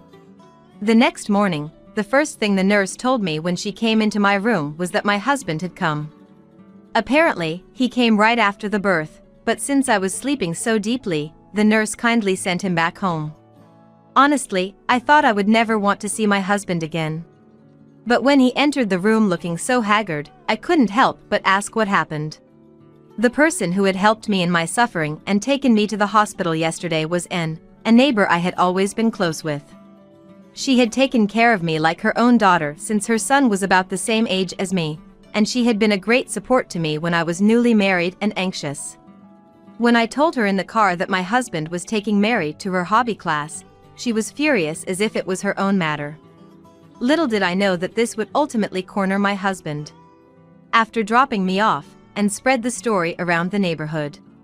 Being the head of the neighborhood association, her words spread quickly, and her friends seemed to have confronted my husband about it. The reason my husband was begging for help was this: it seemed to have caused quite a commotion, attracting onlookers around our house. No matter how panicked he was, it was obviously too foolish of him to ask for my help in that situation. I had not heard from Mary since then, and my mind was already made up. Sorry, but can you leave? I'm still not feeling well, and my parents are coming soon. Both of them know about this, right? I want to apologize. Can I stay? My husband spoke in a small, pitiful voice. What? You wanting to apologize is not my business. I'm busy, so please leave. Don't say that. By the way, where's the baby? I'll leave after seeing the baby. Just leave. There are other pregnant women here, so please go. Even though I replied coldly, he still stood there, so I turned my back and covered myself with a blanket. I'm sorry. Please call Mom for me. I want to send her a photo of the baby. Can I call the nurse? Unbelievably, my husband reached out and shook me. When I couldn't stand it anymore and was about to push him away. What are you doing? Don't touch my daughter. My parents walked into the room just in time. My mother rushed over and pushed my husband away.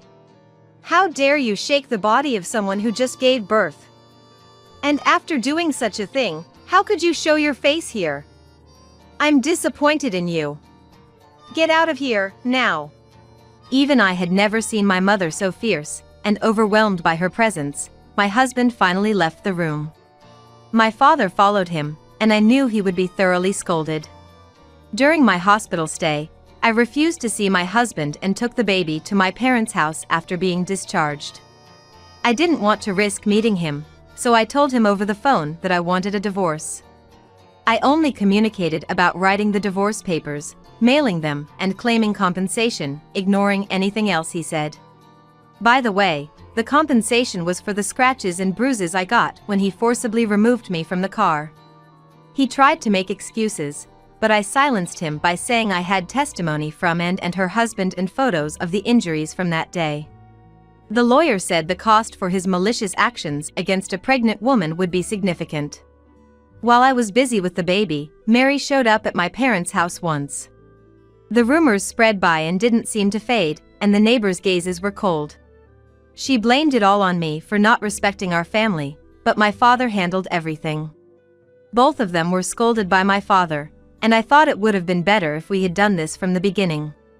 But to that my father said, "The head of the household doesn't easily come to the forefront." He was oddly showing off. When I got used to childcare, I invited Anne to my parents' house and introduced her to them. Being of the same age, she quickly became friends with my mother, and we agreed to keep in touch.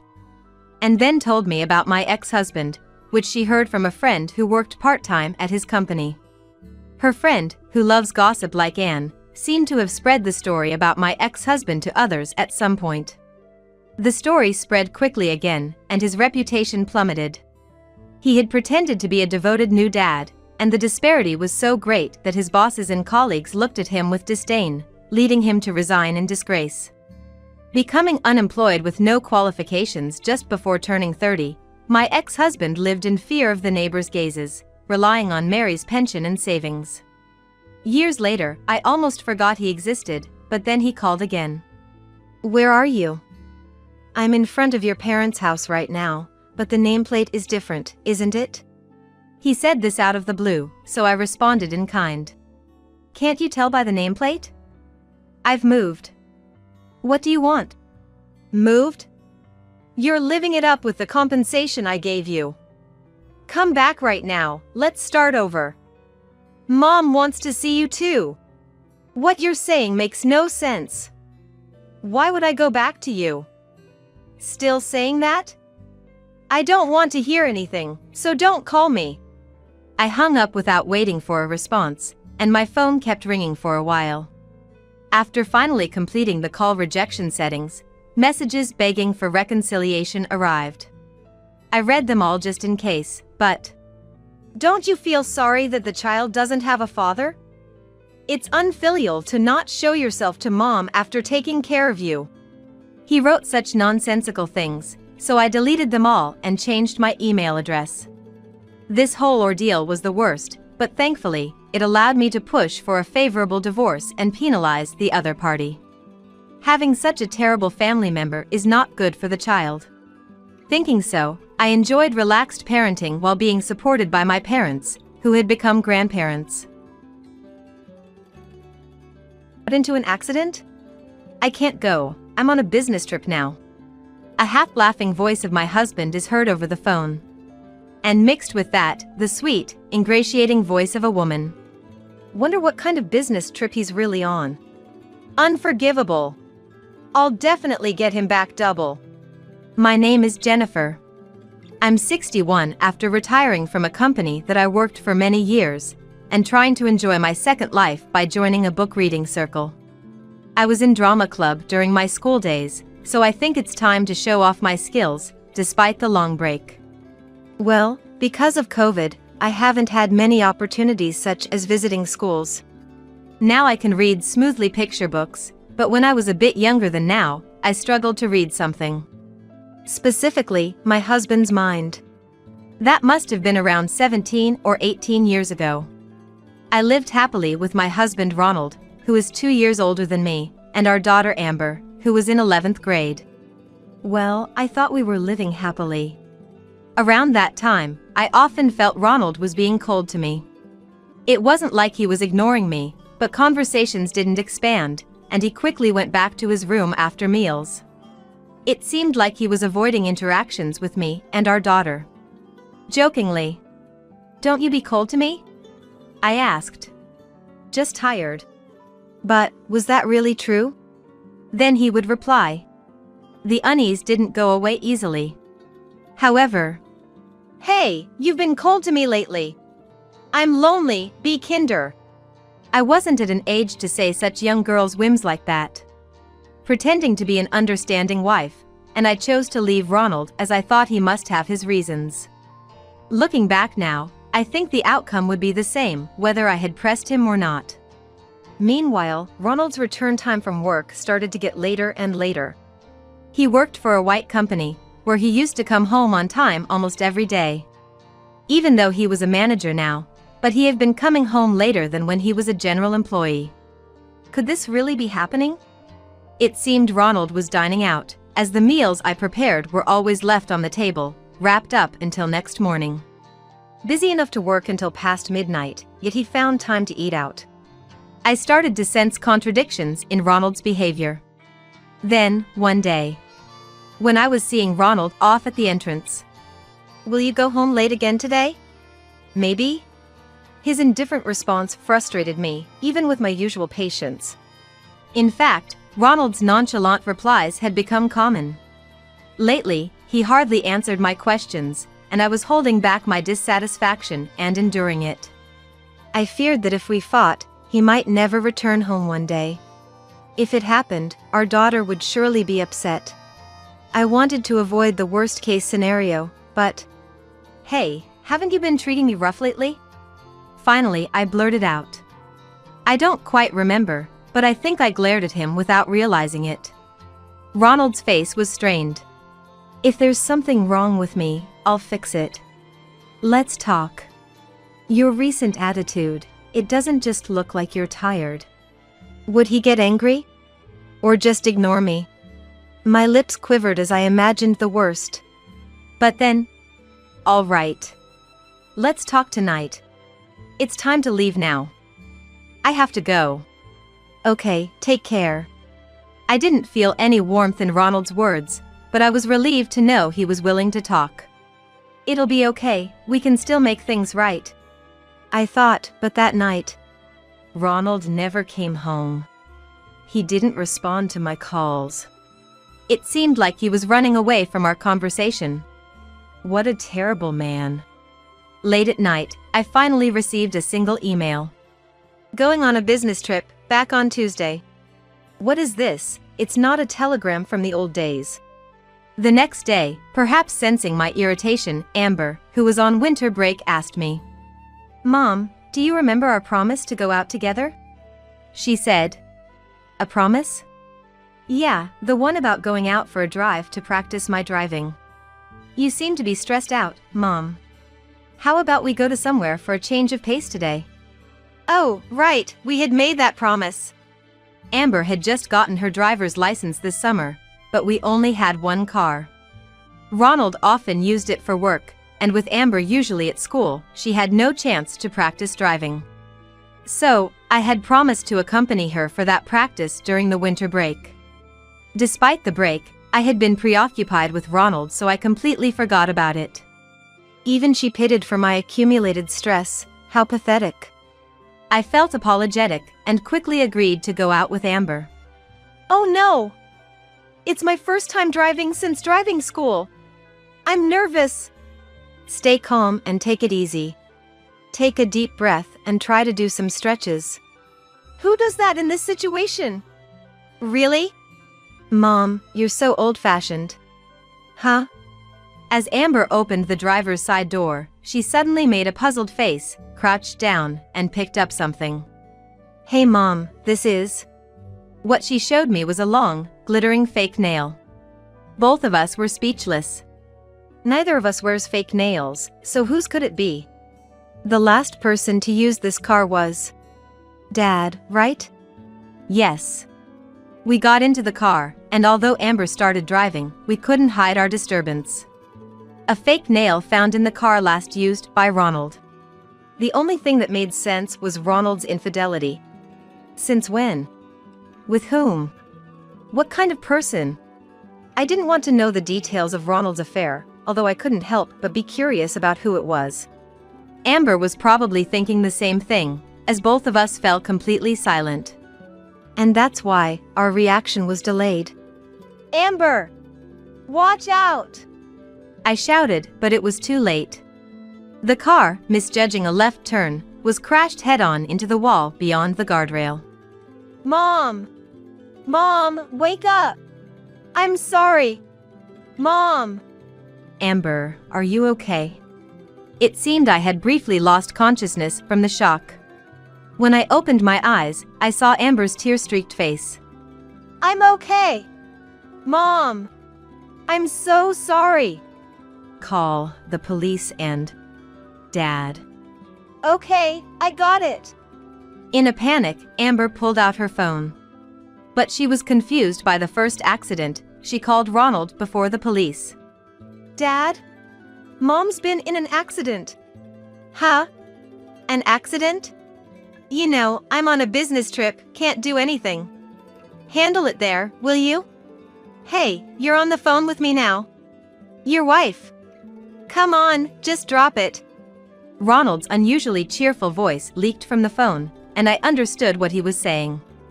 The ingratiating voice of a woman could also be heard. After being cut off.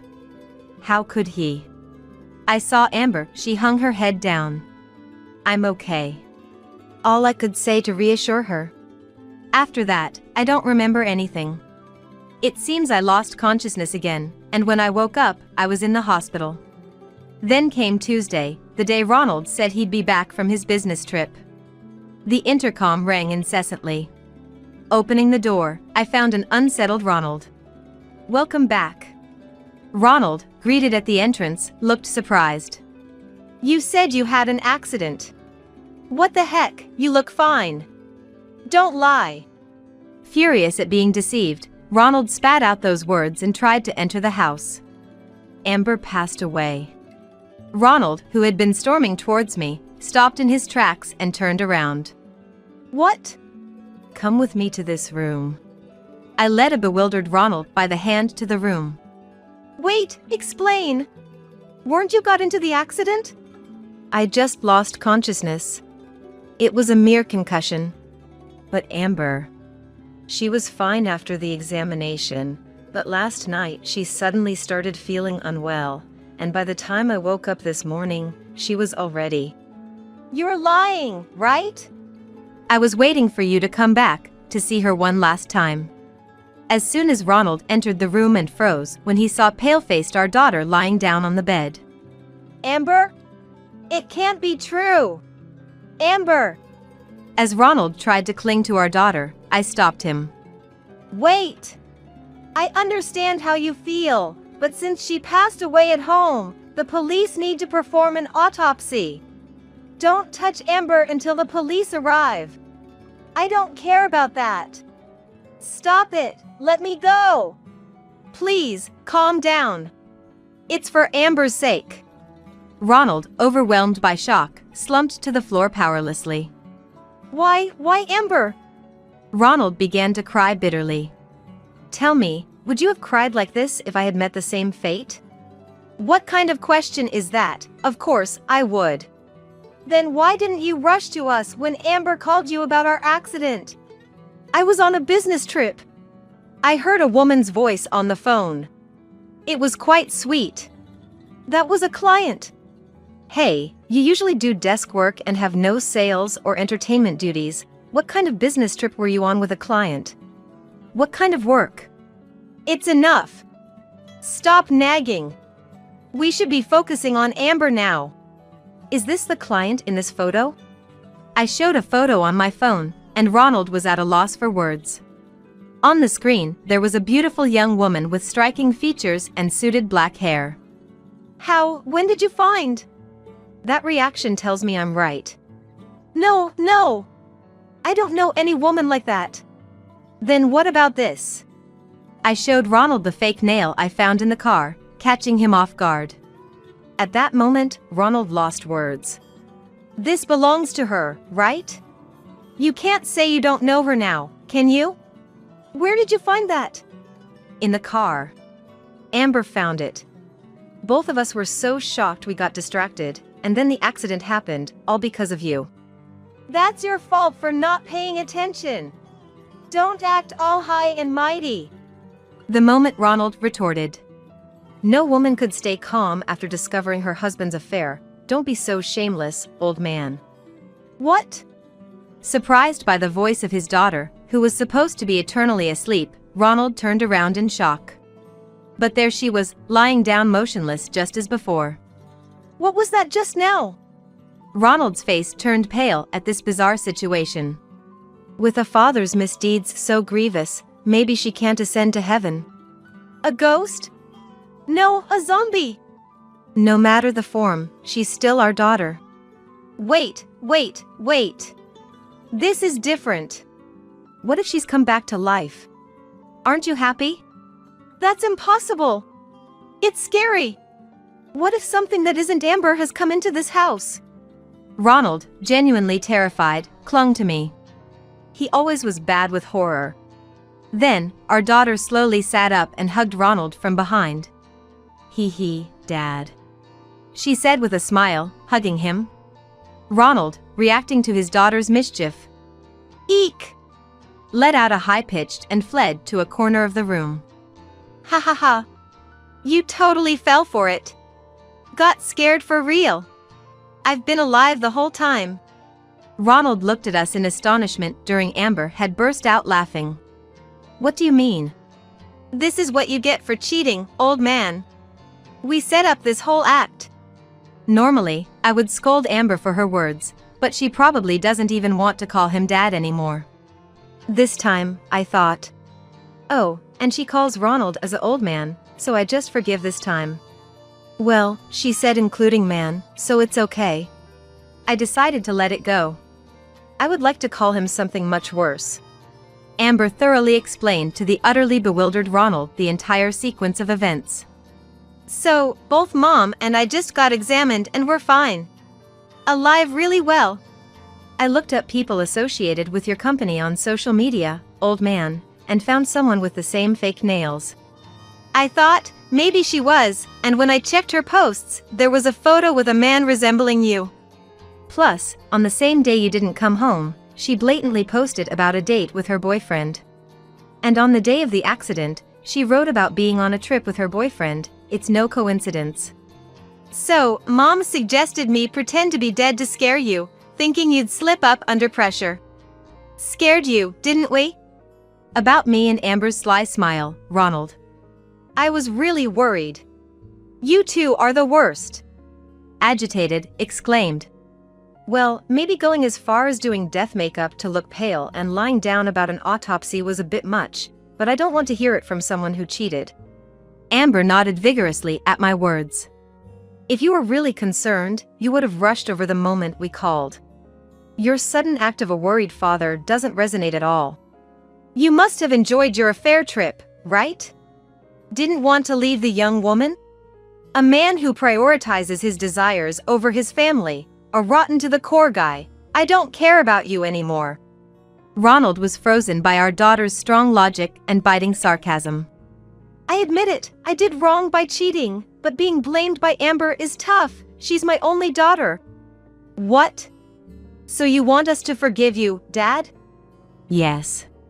How pathetic he is. What do you think, Mom? Amber looked at me intently. Well, first, I want to know how you met this woman and hear all the details. Hey! Mom wants to know, so spill it immediately, old man. Fueled by anger, Amber, now more of a bandit than a high school girl, grabbed Ronald by the collar, making him tremble. Additionally, Amber reacted by saying, I accidentally touched him.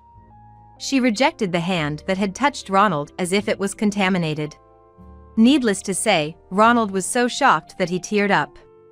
Deciding to come clean, Ronald began to recount how he met this woman. Their meeting was at a company event. The younger woman admired Ronald's work and approached him proactively.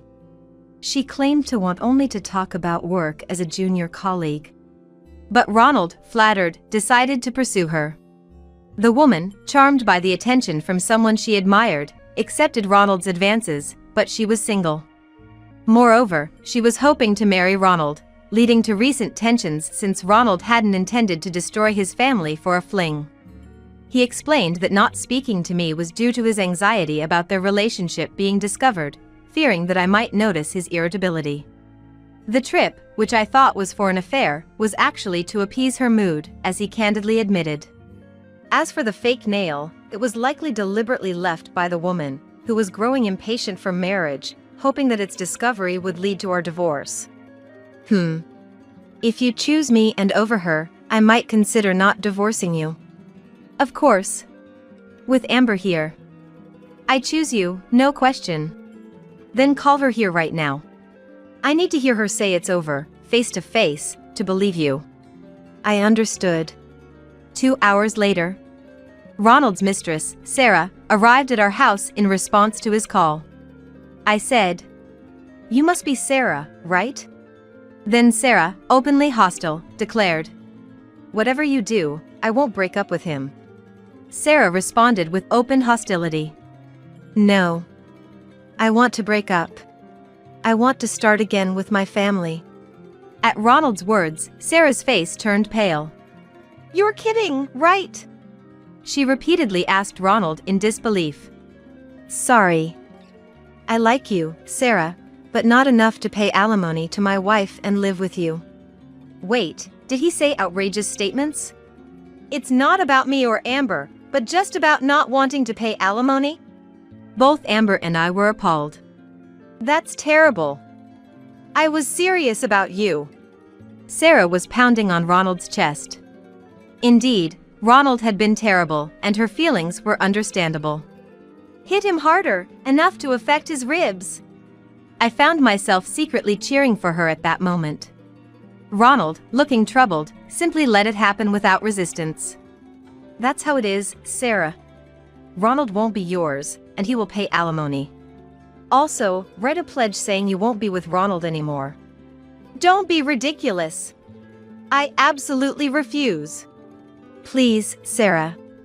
Initially resistant to my demand, Sarah seemed to understand the futility after Ronald's plea. Fine. She weakly responded and began writing the pledge as I had instructed. Then, right after making Ronald write a pledge with the same contents. Ah, good. So we do not get divorced, right?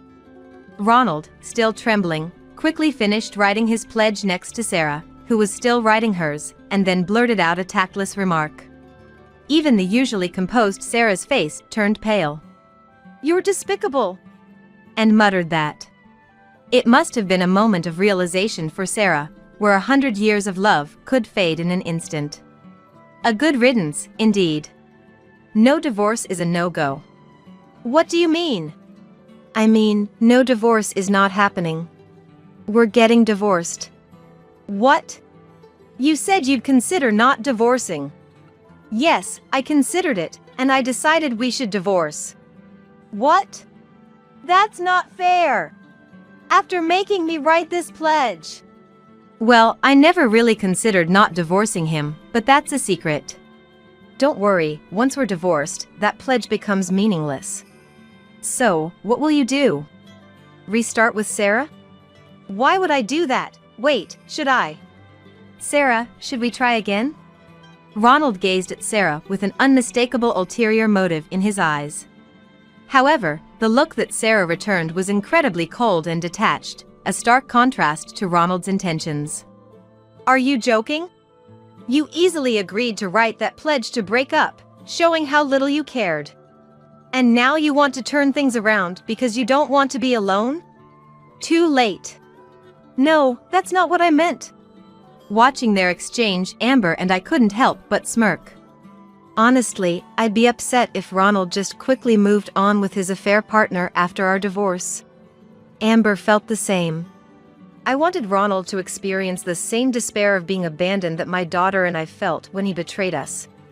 That's why my daughter and I came up with this covenant strategy. Ronald is a man of high pride. And it was easy for my daughter and me to foresee that he would refuse a divorce. So, we decided to use the threat of divorce as leverage, gaining control over the situation and guiding Ronald's actions to our advantage. Sarah's feelings for Ronald would surely plummet after seeing him agree so easily to part ways. I never expected Ronald to reveal such despicable traits, but well done, Ronald. Perfectly played the fool. Ugh. Thanks for nothing. I'll pay whatever it takes to get rid of you. I was foolish to fall for a man like you. Wait, Sarah! I was wrong, let's start over. But Sarah pushed away the desperate Ronald clinging to her. Oh, so I'm no longer of interest to you? No, that's not what I meant. You won't reconsider the divorce? No. You only cared about avoiding alimony, right? I thought your pride wouldn't allow you to be dumped, but I guess money comes first. That's a miscalculation on my part. I do love you. So what am I to you, really? Sarah glared sharply at Ronald. Oh, that's scary. Finally, Ronald was left speechless. Ha ha ha. It's pathetic, old man. Rejected by both women in the end. Well, who would want such a man? Amber burst into laughter. Give me a break. Leaving Ronald to hold his head in his hands, saying, Sorry, but even if Mom decided to get back with you, I wouldn't allow it. I don't want to acknowledge you as a father. It's creepy. Perhaps shocked most by his daughter's words, Ronald broke down. Please forgive me. I'm sorry. And then, he burst into heavy tears. Seeing a grown man cry over his own mistakes was, to say the least, off-putting for Sarah, Amber, and myself. There was no way we could ever have feelings for such a big baby. Afterward, as declared, we demanded alimony from both Sarah and Ronald and proceeded with a thorough division of property in the divorce. From Sarah, Thanks to you, I've been able to get out of a bad relationship. I'm sorry for the trouble, and thank you. Later came to me with a box of sweets in hand and said, It was a surprising turn of events to be thanked by the mistress, but in a way, it was a relief that the divorce didn't leave a completely bitter taste. As for Ronald, let me see Amber. He contacted me several times, asking to see our daughter, but... Ugh, so annoying. Just block him. So, following Amber's wishes, I blocked him and continued to ignore him. Now, Amber is married and, incredibly, the mother of triplets. I can't handle 3 kids on my first try. Although she was initially overwhelmed, she had become a splendid, resilient mother. Her husband is a genuinely good man, helping with childcare and household chores. I doubt he would ever cheat like Ronald did. As for me, although I joined a book reading circle, COVID limited my opportunities to showcase my readings. However, I found joy in reading to my grandchildren. At first, my 3 grandchildren showed no interest in picture books, making me lose confidence. But now, just by me picking up a picture book. What story are you reading today? Now, they gather around excitedly whenever. I hope they grow up to be kind and fond of reading. After experiencing the biggest turmoil of my life, I'm now thoroughly enjoying a peaceful and fulfilling second chapter.